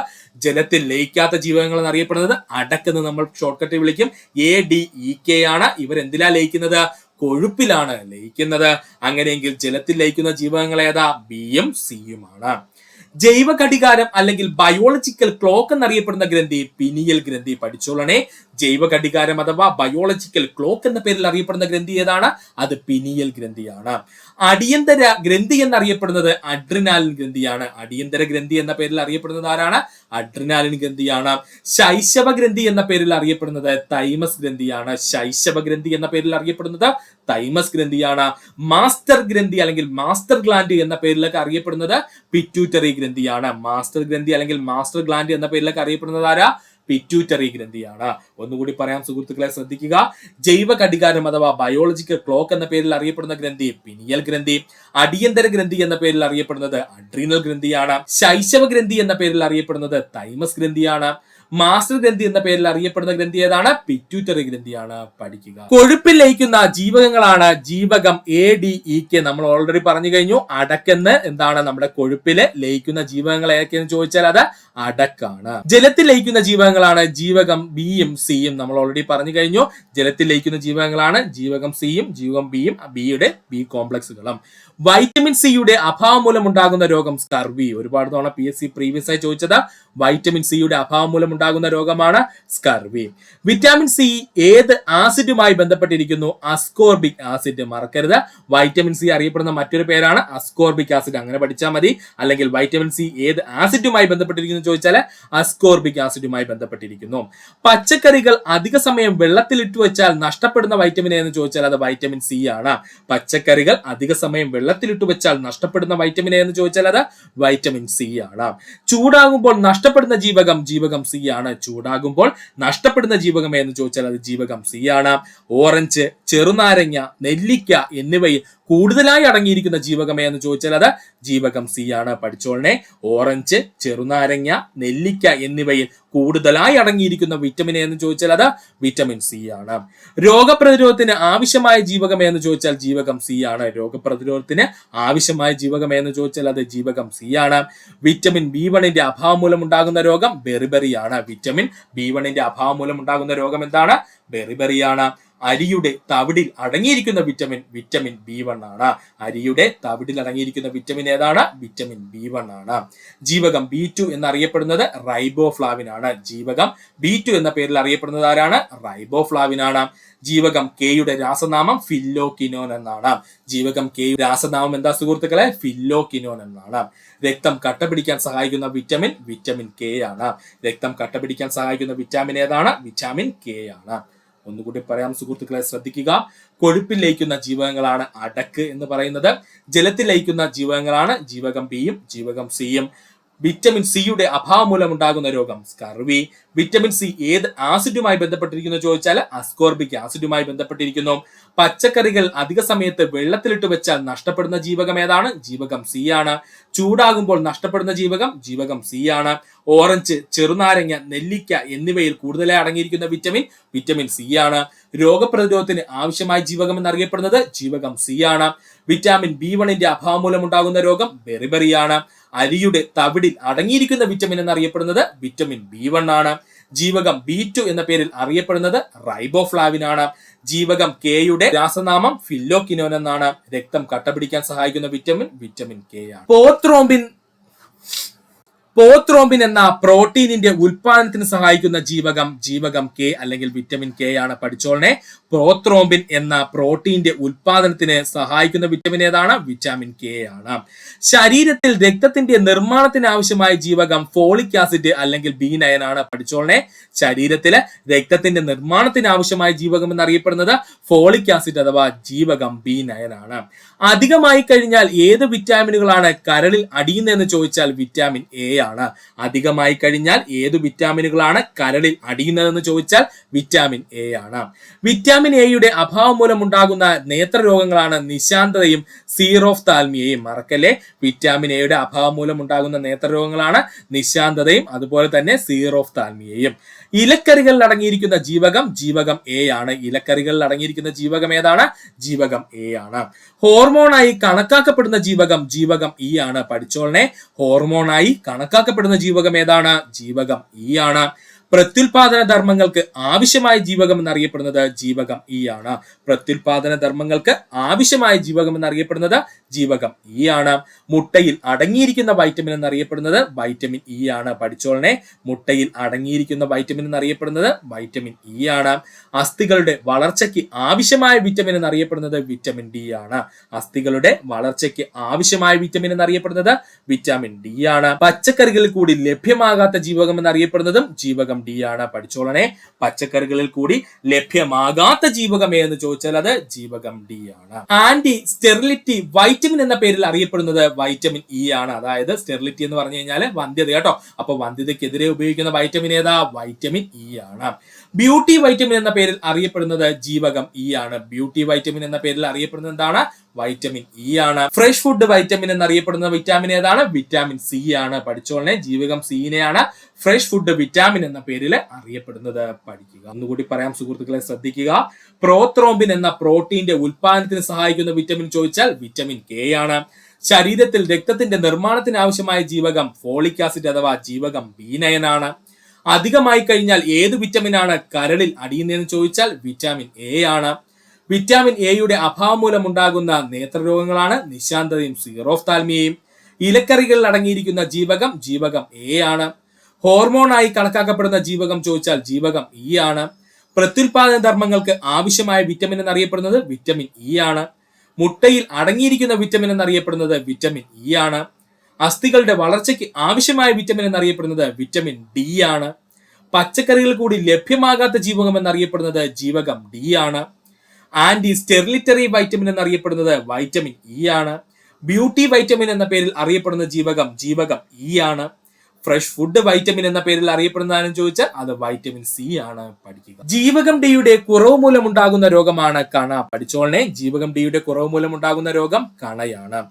ഭക്ഷണ പദാർത്ഥങ്ങളിൽ നിന്നും ലഭ്യമാകാത്ത വൈറ്റമിൻ എന്നറിയപ്പെടുന്നത് വിറ്റാമിൻ ഡി ആണ്. ഭക്ഷണ പദാർത്ഥങ്ങളിൽ നിന്നും ലഭ്യമാകാത്ത വിറ്റമിൻ എന്നറിയപ്പെടുന്നത് വിറ്റമിൻ ഡി ആണ്. സൂര്യപ്രകാശത്തിന്റെ സാന്നിധ്യത്തിൽ ഉൽപ്പാദിപ്പിക്കപ്പെടുന്ന വൈറ്റമിൻ എന്ന് ചോദിച്ചാൽ അത് വൈറ്റമിൻ ഡി ആണ്. സൂര്യപ്രകാശത്തിന്റെ സാന്നിധ്യത്തിൽ ഉൽപ്പാദിപ്പിക്കപ്പെടുന്ന വൈറ്റമിൻ അല്ലെങ്കിൽ ജീവകം എന്ന് ചോദിച്ചാൽ അത് ജീവകം ഡി ആണ്. ഏറ്റവും കൂടുതൽ പ്രോട്ടീൻ അഥവാ മാംസ്യം അടങ്ങിയിരിക്കുന്ന ഭക്ഷ്യവസ്തു സോയാബീൻ ആണ്. പഠിച്ചോളനെ, ഏറ്റവും കൂടുതൽ പ്രോട്ടീൻ അല്ലെങ്കിൽ മാംസ്യം അടങ്ങിയിരിക്കുന്ന ഭക്ഷ്യവസ്തു ഏതാണ്? സോയാബീൻ ആണ്. പ്രതിദിനം കഴിക്കുന്ന ഭക്ഷണത്തിന്റെ 60 കിലോഗ്രാം ഭാരമുള്ള ഒരാൾക്ക് ലഭിക്കേണ്ട പ്രോട്ടീന്റെ അളവ് എത്രയെന്ന് ചോദിച്ചാൽ അത് 60 ഗ്രാം ആണ്. പ്രതിദിനം കഴിക്കുന്ന ഭക്ഷണത്തിൽ 60 കിലോഗ്രാം ഭാരമുള്ള ഒരാൾക്ക് ലഭിക്കേണ്ട പ്രോട്ടീന്റെ അളവ് എത്രയാ? 60 ഗ്രാം ആണ്. ലഘു ഘടകങ്ങളായ അമിനോ ആസിഡുകൾ കൂടിച്ചേർന്ന് രൂപപ്പെടുന്ന പോഷക ഘടകമാണ് പ്രോട്ടീൻ അഥവാ മാംസ്യം. പഠിച്ചോളണേ, ലഘു ഘടകങ്ങളായിട്ടുള്ള അമിനോ ആസിഡുകൾ കൂടിച്ചേർന്ന് രൂപപ്പെടുന്ന പോഷക ഘടകം ഏതാണ്? പ്രോട്ടീൻ അഥവാ മാംസ്യമാണ്. മനുഷ്യനഖത്തിൽ അടിസ്ഥാനപരമായി എന്താണ്? പ്രോട്ടീൻ ആണ്. മനുഷ്യനഖം അടിസ്ഥാനപരമായി എന്താണ്? ഒരു പ്രോട്ടീൻ ആണ്. പാലിൽ അടങ്ങിയിരിക്കുന്ന മാംസ്യമാണ് കേസിൻ. ഒരുപാട് തവണ ചോദിച്ചിട്ടുള്ളതാണ്. പാലിൽ അടങ്ങിയിരിക്കുന്ന മാംസ്യം ഏതാണ്? അത് കേസിനാണ്. പാലിൽ വെളുത്ത നിറം നൽകുന്ന വർണ്ണവസ്തു ലാക്ടോസ് ആണ്. പാലിന് വെളുത്ത നിറം നൽകുന്ന വർണ്ണവസ്തു എന്നറിയപ്പെടുന്നത് ഏതാണ്? ലാക്ടോസ് ആണ്. നഖം, മുടി, കൊമ്പ് എന്നിവയിൽ അടങ്ങിയിരിക്കുന്ന പ്രോട്ടീൻ ആൽഫ കെരാറ്റിൻ ആണ്. പഠിച്ചോളനെ, നഖം, മുടി, കൊമ്പ് തുടങ്ങിയവയിൽ അടങ്ങിയിരിക്കുന്ന പ്രോട്ടീൻ ഏതാ? ആൽഫ കെരാറ്റിൻ ആണ്. ഊർജം കൂടുതൽ അടങ്ങിയിരിക്കുന്ന പോഷക ഘടകമാണ് കൊഴുപ്പ്. ഊർജം കൂടുതലായി അടങ്ങിയിരിക്കുന്ന പോഷക ഘടകം ഏതാണ്? അത് കൊഴുപ്പാണ്. ഇരുമ്പിന്റെ കുറവ് കൊണ്ടുണ്ടാകുന്ന രോഗമാണ് വിളർച്ച അഥവാ അനീമിയ. ഇരുമ്പിന്റെ കുറവ് മൂലം ഉണ്ടാകുന്ന രോഗമാണ് വിളർച്ച അഥവാ അനീമിയ. കൂടി പറയാം സുഹൃത്തുക്കളെ, ശ്രദ്ധിക്കുക. ജീവകം ഡിയുടെ കുറവ് മൂലം ഉണ്ടാകുന്ന രോഗം കാണാം. ഭക്ഷണ പദാർത്ഥങ്ങളിൽ നിന്നും ലഭിക്കാത്ത വൈറ്റമിൻ എന്നറിയപ്പെടുന്നത് വിറ്റാമിൻ ഡി ആണ്. സൂര്യപ്രകാശത്തിന്റെ സാന്നിധ്യത്തിൽ ഉൽപ്പാദിപ്പിക്കപ്പെടുന്ന വൈറ്റമിൻ ഡി ആണ്. ഏറ്റവും കൂടുതൽ പ്രോട്ടീൻ അഥവാ മാംസ്യം അടങ്ങിയിരിക്കുന്ന ഭക്ഷണ വസ്തു ഏതാണ്? സോയാബീൻ ആണ്. പ്രതിദിനം കഴിക്കുന്ന ഭക്ഷണത്തിന്റെ 60 കിലോഗ്രാം ഭാരമുള്ള ഒരാൾക്ക് ലഭിക്കേണ്ട പ്രോട്ടീന്റെ അളവ് 60 ഗ്രാം ആണ്. ലഘുഘടകങ്ങളായ അമിനോ ആസിഡുകൾ കൂടിച്ചേർന്ന് രൂപപ്പെടുന്ന പോഷക ഘടകമാണ് പ്രോട്ടീൻ അഥവാ മാംസ്യം. മനുഷ്യനഖം അടിസ്ഥാനപരമായി എന്താണ്? പ്രോട്ടീനാണ്. പാലിൽ അടങ്ങിയിരിക്കുന്ന മാംസ്യം കേസിനാണ്. പാലിൽ വെളുത്ത നിറം നൽകുന്ന വർണ്ണവസ്തു എന്നറിയപ്പെടുന്നത് പാലിന് വെളുത്ത നിറം നൽകുന്ന വസ്തു ലാക്ടോസ് ആണ്. നഖം, മുടി, കൊമ്പ് എന്നിവയിൽ അടങ്ങിയിരിക്കുന്ന പ്രോട്ടീൻ ആൽഫ കെരാറ്റിൻ ആണ്. ഊർജം കൂടുതൽ അടങ്ങിയിരിക്കുന്ന പോഷക ഘടകം കൊഴുപ്പാണ്. ഇരുമ്പിന്റെ കുറവ് കൊണ്ടുണ്ടാകുന്ന രോഗം വിളർച്ച അഥവാ അനീമിയാണ്. ക്ലോണിങ്ങിലൂടെ സൃഷ്ടിക്കപ്പെട്ട ആദ്യത്തെ ജീവി ചെമ്മരിയാട്. ക്ലോണിങ്ങിലൂടെ സൃഷ്ടിക്കപ്പെട്ട ആദ്യത്തെ ജീവി ഏതാ? ചെമ്മരിയാടാണ്. ക്ലോണിങ്ങിലൂടെ ആദ്യമായി ജനിച്ച ചെമ്മരിയാടിന്റെ പേരാണ് ഡോളി. ക്ലോണിങ്ങിലൂടെ ആദ്യമായി ജനിച്ച ചെമ്മരിയാടിന്റെ പേരെന്താ സുഹൃത്തുക്കളെ? ഡോളി എന്നാണ്. ലോകത്തിലെ ആദ്യത്തെ ക്ലോൺ എരുമയുടെ പേര് സംരൂപ. ഇപ്പൊ അങ്ങോട്ട് ചോദിച്ചതേ ഉള്ളൂ. ലോകത്തിലെ ആദ്യത്തെ ക്ലോൺ എരുമയുടെ പേരെന്താണ്? സംരൂപ എന്നാണ്. ക്ലോണിങ്ങിലൂടെ സൃഷ്ടിച്ച ആദ്യത്തെ പട്ടിയാണ് സ്നാപ്പി. മറക്കരുത്, ക്ലോണിങ്ങിലൂടെ സൃഷ്ടിക്കപ്പെട്ട ആദ്യത്തെ പട്ടിയാണ് സ്നാപ്പി അല്ലെങ്കിൽ സ്നപ്പി എന്നറിയപ്പെടുന്നു. ചുണ്ടലിയുടെ ചർമ്മകോശങ്ങൾ ഉപയോഗിച്ച് ക്ലോണിങ്ങിലൂടെ സൃഷ്ടിച്ച ആദ്യത്തെ ചുണ്ടലിയുടെ പേരാണ് മാഷെ. ചുണ്ടലിയുടെ ചർമ്മകോശങ്ങൾ ഉപയോഗിച്ച് ക്ലോണിങ്ങിലൂടെ സൃഷ്ടിച്ച ആദ്യത്തെ ചുണ്ടലിയുടെ പേരെന്താ? മാഷ എന്നാണ്. പ്രായപൂർത്തിയായ ഒരാൾക്ക് ഒരു ദിവസത്തേക്ക് ആവശ്യമായ ഇരുമ്പിന്റെ അളവ് 10 മില്ലിഗ്രാം ആണ്. പ്രായപൂർത്തിയായ ഒരാൾക്ക് ഒരു ദിവസത്തേക്ക് ആവശ്യമായ ഇരുമ്പിന്റെ അളവ് എത്രയാണ്? 10 മില്ലിഗ്രാം ആണ്. കഞ്ഞിവെള്ളത്തിൽ അയഡിൻ ലായനി ചേർത്താൽ കിട്ടുന്ന നിറം കടും നീല നിറം. കഞ്ഞിവെള്ളത്തിൽ അയഡിൻ ലായനി ചേർത്താൽ കിട്ടുന്ന നിറം എന്താണ്? കടും നീല നിറമാണ്. ഗ്ലൂക്കോസിൽ ഉൾപ്പെടുന്ന വിഭാഗം കാർബോഹൈഡ്രേറ്റ്. ഗ്ലൂക്കോസ് ഉൾപ്പെടുന്ന വിഭാഗം ഏതാണ്? കാർബോഹൈഡ്രേറ്റ് ആണ്. ലോകത്തിലെ ആദ്യത്തെ ടെസ്റ്റ് ട്യൂബ് ശിശു എന്നറിയപ്പെടുന്നത് ലൂയി ബ്രൗൺ ആണ്. ലോകത്തിലെ ആദ്യത്തെ ടെസ്റ്റ് ട്യൂബ് ശിശു എന്നറിയപ്പെടുന്നത് ലൂയി ബ്രൗൺ ആണ്. പൊഡിയാട്രിക് ഏത് അവയവങ്ങളുടെ ചികിത്സാ വിഭാഗമാണ്? പഠിച്ചോളണം, പാദമാണ് കേട്ടോ. പൊഡിയാട്രിക് ഏത് അവയവങ്ങൾക്കുള്ള ചികിത്സാ വിഭാഗമാണെന്ന് ചോദിച്ചാൽ അത് പാദത്തിനുള്ളതാണ്. പൾസ് പോളിയോ പരിപാടിയുടെ ഉദ്ദേശ ലക്ഷ്യം എന്താണ്? പോളിയോ നിർമ്മാർജ്ജനം. പൾസ് പോളിയോ പദ്ധതിയുടെ ഉദ്ദേശ ലക്ഷ്യം എന്താണ്? പോളിയോ നിർമ്മാർജ്ജനമാണ്. ഇന്ത്യയിൽ പെൻസിലിൻ നിർമ്മാണശാല സ്ഥിതി ചെയ്യുന്നത് പിംപ്രി, മഹാരാഷ്ട്ര. ഇന്ത്യയിലെ പെൻസിലിൻ നിർമ്മാണശാല സ്ഥിതി ചെയ്യുന്നത് എവിടെയാണ്? പിംപ്രി, മഹാരാഷ്ട്ര. ഒന്നുകൂടി പറയാം സുഹൃത്തുക്കളെ, ശ്രദ്ധിക്കുക. ക്ലോണിങ്ങിലൂടെ സൃഷ്ടിക്കപ്പെട്ട ആദ്യ ജീവി ഏതാണ്? ചെമ്മരിയാടാണ്. ക്ലോണിങ്ങിലൂടെ ആദ്യമായി ജനിച്ച ചെമ്മരിയാടിന്റെ പേര് ഡോളി എന്നാണ്. ലോകത്തിലെ ആദ്യത്തെ ക്ലോൺ എരുമയുടെ പേര് സംരൂപ. ക്ലോണിങ്ങിലൂടെ സൃഷ്ടിച്ച ആദ്യത്തെ പട്ടി ഏതാണ്? സ്നാപ്പിയാണ്. ചുണ്ടലിയുടെ ചർമ്മകോശങ്ങൾ ഉപയോഗിച്ച് ക്ലോണിങ്ങിലൂടെ സൃഷ്ടിച്ച ആദ്യത്തെ ചുണ്ടലിയുടെ പേര് മാഷ എന്നാണ്. പ്രായപൂർത്തിയായ ഒരാൾക്ക് ഒരു ദിവസത്തേക്ക് ആവശ്യമായ ഇരുമ്പിന്റെ അളവ് എത്രയാണ്? 10 മില്ലിഗ്രാം ആണ്. കഞ്ഞിവെള്ളത്തിൽ അയഡിൻ ലായനി ചേർത്താൽ കിട്ടുന്ന നിറം കടും നീല നിറം. ഗ്ലൂക്കോസ് ഉൾപ്പെട്ടിരിക്കുന്ന വിഭാഗം കാർബോഹൈഡ്രേറ്റ് വിഭാഗം. ലോകത്തിലെ ആദ്യത്തെ ടെസ്റ്റ് ട്യൂബ് ശിശു ലൂയി ബ്രൗണ്. പൊഡിയാട്രിക് ഏത് അവയവങ്ങൾക്കുള്ള ചികിത്സാ വിഭാഗമാണ്? പാദങ്ങൾക്കുള്ള. പൾസ് പോളിയോ പരിപാടിയുടെ ഉദ്ദേശ ലക്ഷ്യം പോളിയോ നിർമ്മാർജ്ജനം. ഇന്ത്യയിലെ പെൻസിലിൻ നിർമ്മാണശാല സ്ഥിതി ചെയ്യുന്നത് എവിടെയാണ്? പിംപ്രി, മഹാരാഷ്ട്ര. 5 വയസ്സുള്ള കുട്ടികൾക്ക് നൽകുന്ന പ്രതിരോധ കുത്തിവയ്പ് DTP വാക്സിൻ. ഇപ്പൊ അങ്ങോട്ട് ചോദിച്ചതേ ഉള്ളൂ. 5 വയസ്സുള്ള കുട്ടികൾക്ക് നൽകുന്ന പ്രതിരോധ കുത്തിവയ്പ് എന്താണ്? DTP വാക്സിൻ ആണ്. ജനിച്ചാലുടൻ കുട്ടികൾക്ക് ലഭിക്കുന്ന ആദ്യത്തെ പ്രതിരോധം എന്നറിയപ്പെടുന്നത് അമ്മയുടെ മുലപ്പാലിൽ അടങ്ങിയിരിക്കുന്ന കൊളസ്ട്രം ആണ്. പഠിച്ചോളനെ, ജനിച്ചാലുടൻ കുട്ടികൾക്ക് ലഭിക്കുന്ന ആദ്യത്തെ പ്രതിരോധം എന്നറിയപ്പെടുന്നത് അമ്മയുടെ മുലപ്പാലിൽ അടങ്ങിയിരിക്കുന്ന കൊളസ്ട്രം ആണ്. ട്യൂമർ ചികിത്സിക്കുന്ന വൈദ്യശാസ്ത്ര ശാഖ അറിയപ്പെടുന്ന പേരാണ് ഓങ്കോളജി. ട്യൂമർ അല്ലെങ്കിൽ ക്യാൻസർ ചികിത്സിക്കുന്ന വൈദ്യശാസ്ത്ര ശാഖ അറിയപ്പെടുന്ന പേരെന്താ? ഓങ്കോളജി എന്നാണ്. ഏത് രോഗികൾക്കാണ് റേഡിയോ തെറാപ്പി നൽകുന്നത്? ഉത്തരം ക്യാൻസർ രോഗികൾക്ക്. ഏത് രോഗികൾക്കാണ് റേഡിയോ തെറാപ്പി നൽകുന്നതെന്ന് ചോദിച്ചാൽ ക്യാൻസർ രോഗികൾക്കാണ്. ഹാനിമാൻ ഏത് ശാസ്ത്രശാഖയുമായി ബന്ധപ്പെട്ടിരിക്കുന്നു? ഹോമിയോപ്പതിയായിട്ട്. നമ്മുടെ സാമുവൽ ഹാനിമാൻ ആണ് കേട്ടോ. സാമുവൽ ഹാനിമാൻ ഏത് ശാസ്ത്രശാഖയുമായി ബന്ധപ്പെട്ടിരിക്കുന്നു? ഹോമിയോപ്പതിയുമായിട്ട്. ഹൈന്ദവ സംസ്കാരത്തിനോളം തന്നെ പഴക്കമുള്ള ഒരു ചികിത്സാ സമ്പ്രദായം എന്നറിയപ്പെടുന്നത് ആയുർവേദം. ഹൈന്ദവ സംസ്കാരത്തിനോളം തന്നെ പഴക്കമുള്ള ഒരു ചികിത്സാ സമ്പ്രദായം എന്നറിയപ്പെടുന്നത് ആയുർവേദമാണ്. അക്യൂപങ്ചർ എന്ന ചികിത്സാ രീതിക്ക് പേരുകേട്ട രാജ്യം ഏതാണ്? ചൈനയാണ്. അക്യൂപങ്ചർ എന്ന ചികിത്സാ രീതിക്ക് പേരുകേട്ട രാജ്യം ഏതാണ്? ചൈനയാണ്. പെൻസിലിൻ കണ്ടുപിടിച്ചത് അലക്സാണ്ടർ ഫ്ലെമിംഗ് ആണ്. ഇപ്പൊ അങ്ങോട്ട് ചോദിച്ചതേ ഉള്ളൂ. പെൻസിലിൻ കണ്ടുപിടിച്ചത് ആരാണ്? അലക്സാണ്ടർ ഫ്ലെമിംഗ് ആണ്. പേപ്പട്ടി വിഷത്തിനെതിരെയുള്ള പ്രതിവിധി കണ്ടുപിടിച്ചത് ലൂയി പാസ്റ്റർ ആണ്. പേപ്പട്ടി വിഷത്തിനെതിരെയുള്ള പ്രതിവിധി കണ്ടുപിടിച്ചത് ആരാ? ലൂയി പാസ്റ്റർ ആണ്. ആസ്പിരിൻ കണ്ടുപിടിച്ചത് ഫെലിക്സ് ഹോഫ്മാൻ ആണ്. പഠിച്ചോളനെ, ആസ്പിരിൻ കണ്ടുപിടിച്ചത് ആരാണ്? ഫെലിക്സ് ഹോഫ്മാൻ ആണ്. ഇൻസുലിൻ കണ്ടുപിടിച്ചത് ബാൻഡിങ് ആൻഡ് ബെസ്റ്റ് ആണ്. ഇൻസുലിൻ കണ്ടുപിടിച്ചത് ആരാണ്? ബാൻഡിങ് ആൻഡ് ബെസ്റ്റ് ആണ്. ഇലക്ട്രോ കാർഡിയോഗ്രാം കണ്ടുപിടിച്ചത് വില്യം ഐന്തോവൻ ആണ്. ഇലക്ട്രോ കാർഡിയോഗ്രാം കണ്ടുപിടിച്ചത് ആരാണ്? അല്ലെങ്കിൽ ECG കണ്ടെത്തിയത് ആരാണ്? അത് ഐന്തോവൻ ആണ്. വില്യം ഐന്തോവൻ ആണ്. ബാക്ടീരിയ കണ്ടുപിടിച്ചത് ആരാണ്? ലുവാൻ ഹുക്ക് ആണ്. പഠിച്ചോളനെ, ബാക്ടീരിയ ആദ്യമായി കണ്ടെത്തിയ ശാസ്ത്രജ്ഞൻ ആരാണ്? ലുവാൻ ഹുക്ക് ആണ്. ഒന്നുകൂടി പറയാം സുഹൃത്തുക്കളെ, ശ്രദ്ധിക്കുക. 5 വയസ്സുള്ള കുട്ടികൾക്ക് നൽകുന്ന പ്രതിരോധ കുത്തിവയ്പ് DTP വാക്സിൻ. ജനിച്ചാലുടൻ കുട്ടികൾക്ക് ലഭ്യമാകുന്ന ആദ്യത്തെ പ്രതിരോധം അമ്മയുടെ മുലപ്പാലിൽ അടങ്ങിയിരിക്കുന്ന കൊളസ്ട്രമാണ്. ട്യൂമർ ചികിത്സ വൈദ്യശാസ്ത്ര ശാഖ അറിയപ്പെടുന്ന പേര് ഓങ്കോളജി. ഏത് രോഗികൾക്കാണ് റേഡിയോ തെറാപ്പി നൽകുന്നത്? ക്യാൻസർ രോഗികൾക്ക്. സാമുവൽ ഹാനിമാൻ ഏത് ശാസ്ത്രശാഖയുമായി ബന്ധപ്പെട്ടിരിക്കുന്നു? ഹോമിയോപ്പതി. ഹൈന്ദവ സംസ്കാരത്തോളം തന്നെ പഴക്കമുള്ള ചികിത്സാ സമ്പ്രദായം എന്നറിയപ്പെടുന്നത് ആയുർവേദം. അക്യൂപങ്ചർ എന്ന ചികിത്സാ രീതിക്ക് പേരുകേട്ട രാജ്യം ഏതാണ്? ചൈനയാണ്. പെനിസിലിൻ കണ്ടുപിടിച്ചത് അലക്സാണ്ടർ ഫ്ലെമിംഗ് ആണ്. പേപ്പട്ടി വിഷത്തിന് പ്രതിവിധി കണ്ടുപിടിച്ച ശാസ്ത്രജ്ഞൻ ലൂയി പാസ്റ്റർ ആണ്. ആസ്പിരിൻ കണ്ടുപിടിച്ചതാരാണ്? ഫെലിക്സ് ഹോഫ്മാൻ ആണ്. ഇൻസുലിൻ കണ്ടുപിടിച്ചതാരാണ്? ബാൻഡിങ് ആൻഡ് ബെസ്റ്റ് ആണ്. ഇലക്ട്രോ കാർഡിയോഗ്രാം കണ്ടുപിടിച്ചത് വില്യം ഐന്തോവൻ ആണ്. ബാക്ടീരിയ കണ്ടെത്തിയത് ആരാണ്? ലുവാൻ ഹുക്ക് ആണ്. പഠിക്കുക. പോളിയോ വാക്സിൻ കണ്ടുപിടിച്ച ശാസ്ത്രജ്ഞൻ ജൊനാസ് സാൽക്ക് ആണ്. മറക്കരുത്, പോളിയോ വാക്സിൻ കണ്ടുപിടിച്ചത് ആരാണ്? അത് ജൊനാസ് സാൽക്ക് ആണ്. ഉള്ളിൽ കഴിക്കാവുന്ന പോളിയോ വാക്സിൻ അഥവാ ഓറൽ പോളിയോ വാക്സിൻ കണ്ടുപിടിച്ചത് ആൽബർട്ട് സാബിൻ ആണ്. തെറ്റിപ്പോവല്ലേ. പോളിയോ വാക്സിൻ കണ്ടുപിടിച്ചത് ആരെന്ന് ചോദിച്ചാൽ അത് ജൊനാസ് സാൽക്ക് ആണ്. ഇനി ഉള്ളിൽ കഴിക്കുന്ന രീതി അല്ലെങ്കിൽ നമ്മുടെ വായിലൂടെ കഴിക്കാൻ കഴിയുന്ന പോളിയോ വാക്സിൻ നമ്മൾ കണ്ടുപിടിച്ചത് ആരാണ്? അത് ആൽബർട്ട് സാബിൻ ആണ്. സ്റ്റെതസ്കോപ്പ് കണ്ടുപിടിച്ച മഹാനാരാണ്? റെനെ ലെനക്ക് ആണ്. പഠിച്ചോളനെ, സ്റ്റെതസ്കോപ്പ് കണ്ടുപിടിച്ച മഹാനാരാണ്? റെനെ ലെനക്ക് ആണ്. വസൂരി രോഗത്തിനെതിരെ പ്രയോഗിക്കുന്ന വാക്സിൻ കണ്ടുപിടിച്ചത് എഡ്വേർഡ് ജെന്നർ ആണ്. വസൂരി രോഗത്തിനെതിരെ പ്രയോഗിക്കുന്ന വാക്സിൻ കണ്ടെത്തിയ ശാസ്ത്രജ്ഞൻ ആരാണ്?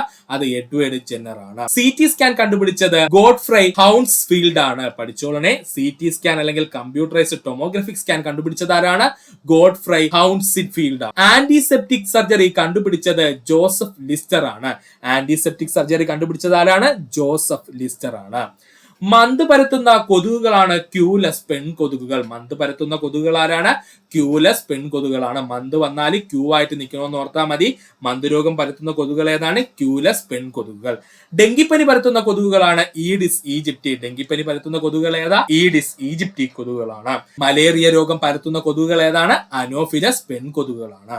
ജലദോഷത്തിന് കാരണമായ അണുജീവിയാണ് വൈറസ്. ജലദോഷത്തിന് കാരണമായ അണുജീവി ഏതാ സുഹൃത്തുക്കളെ? വൈറസ് ആണ്. കോളറ, ടൈഫോയിഡ് എന്നിവ പകരുന്ന വിധം മലിനജലം, ഭക്ഷണം എന്നിവയിലൂടെ. ഇപ്പൊ അങ്ങോട്ട് ചോദിച്ചതേ ഉള്ളൂ.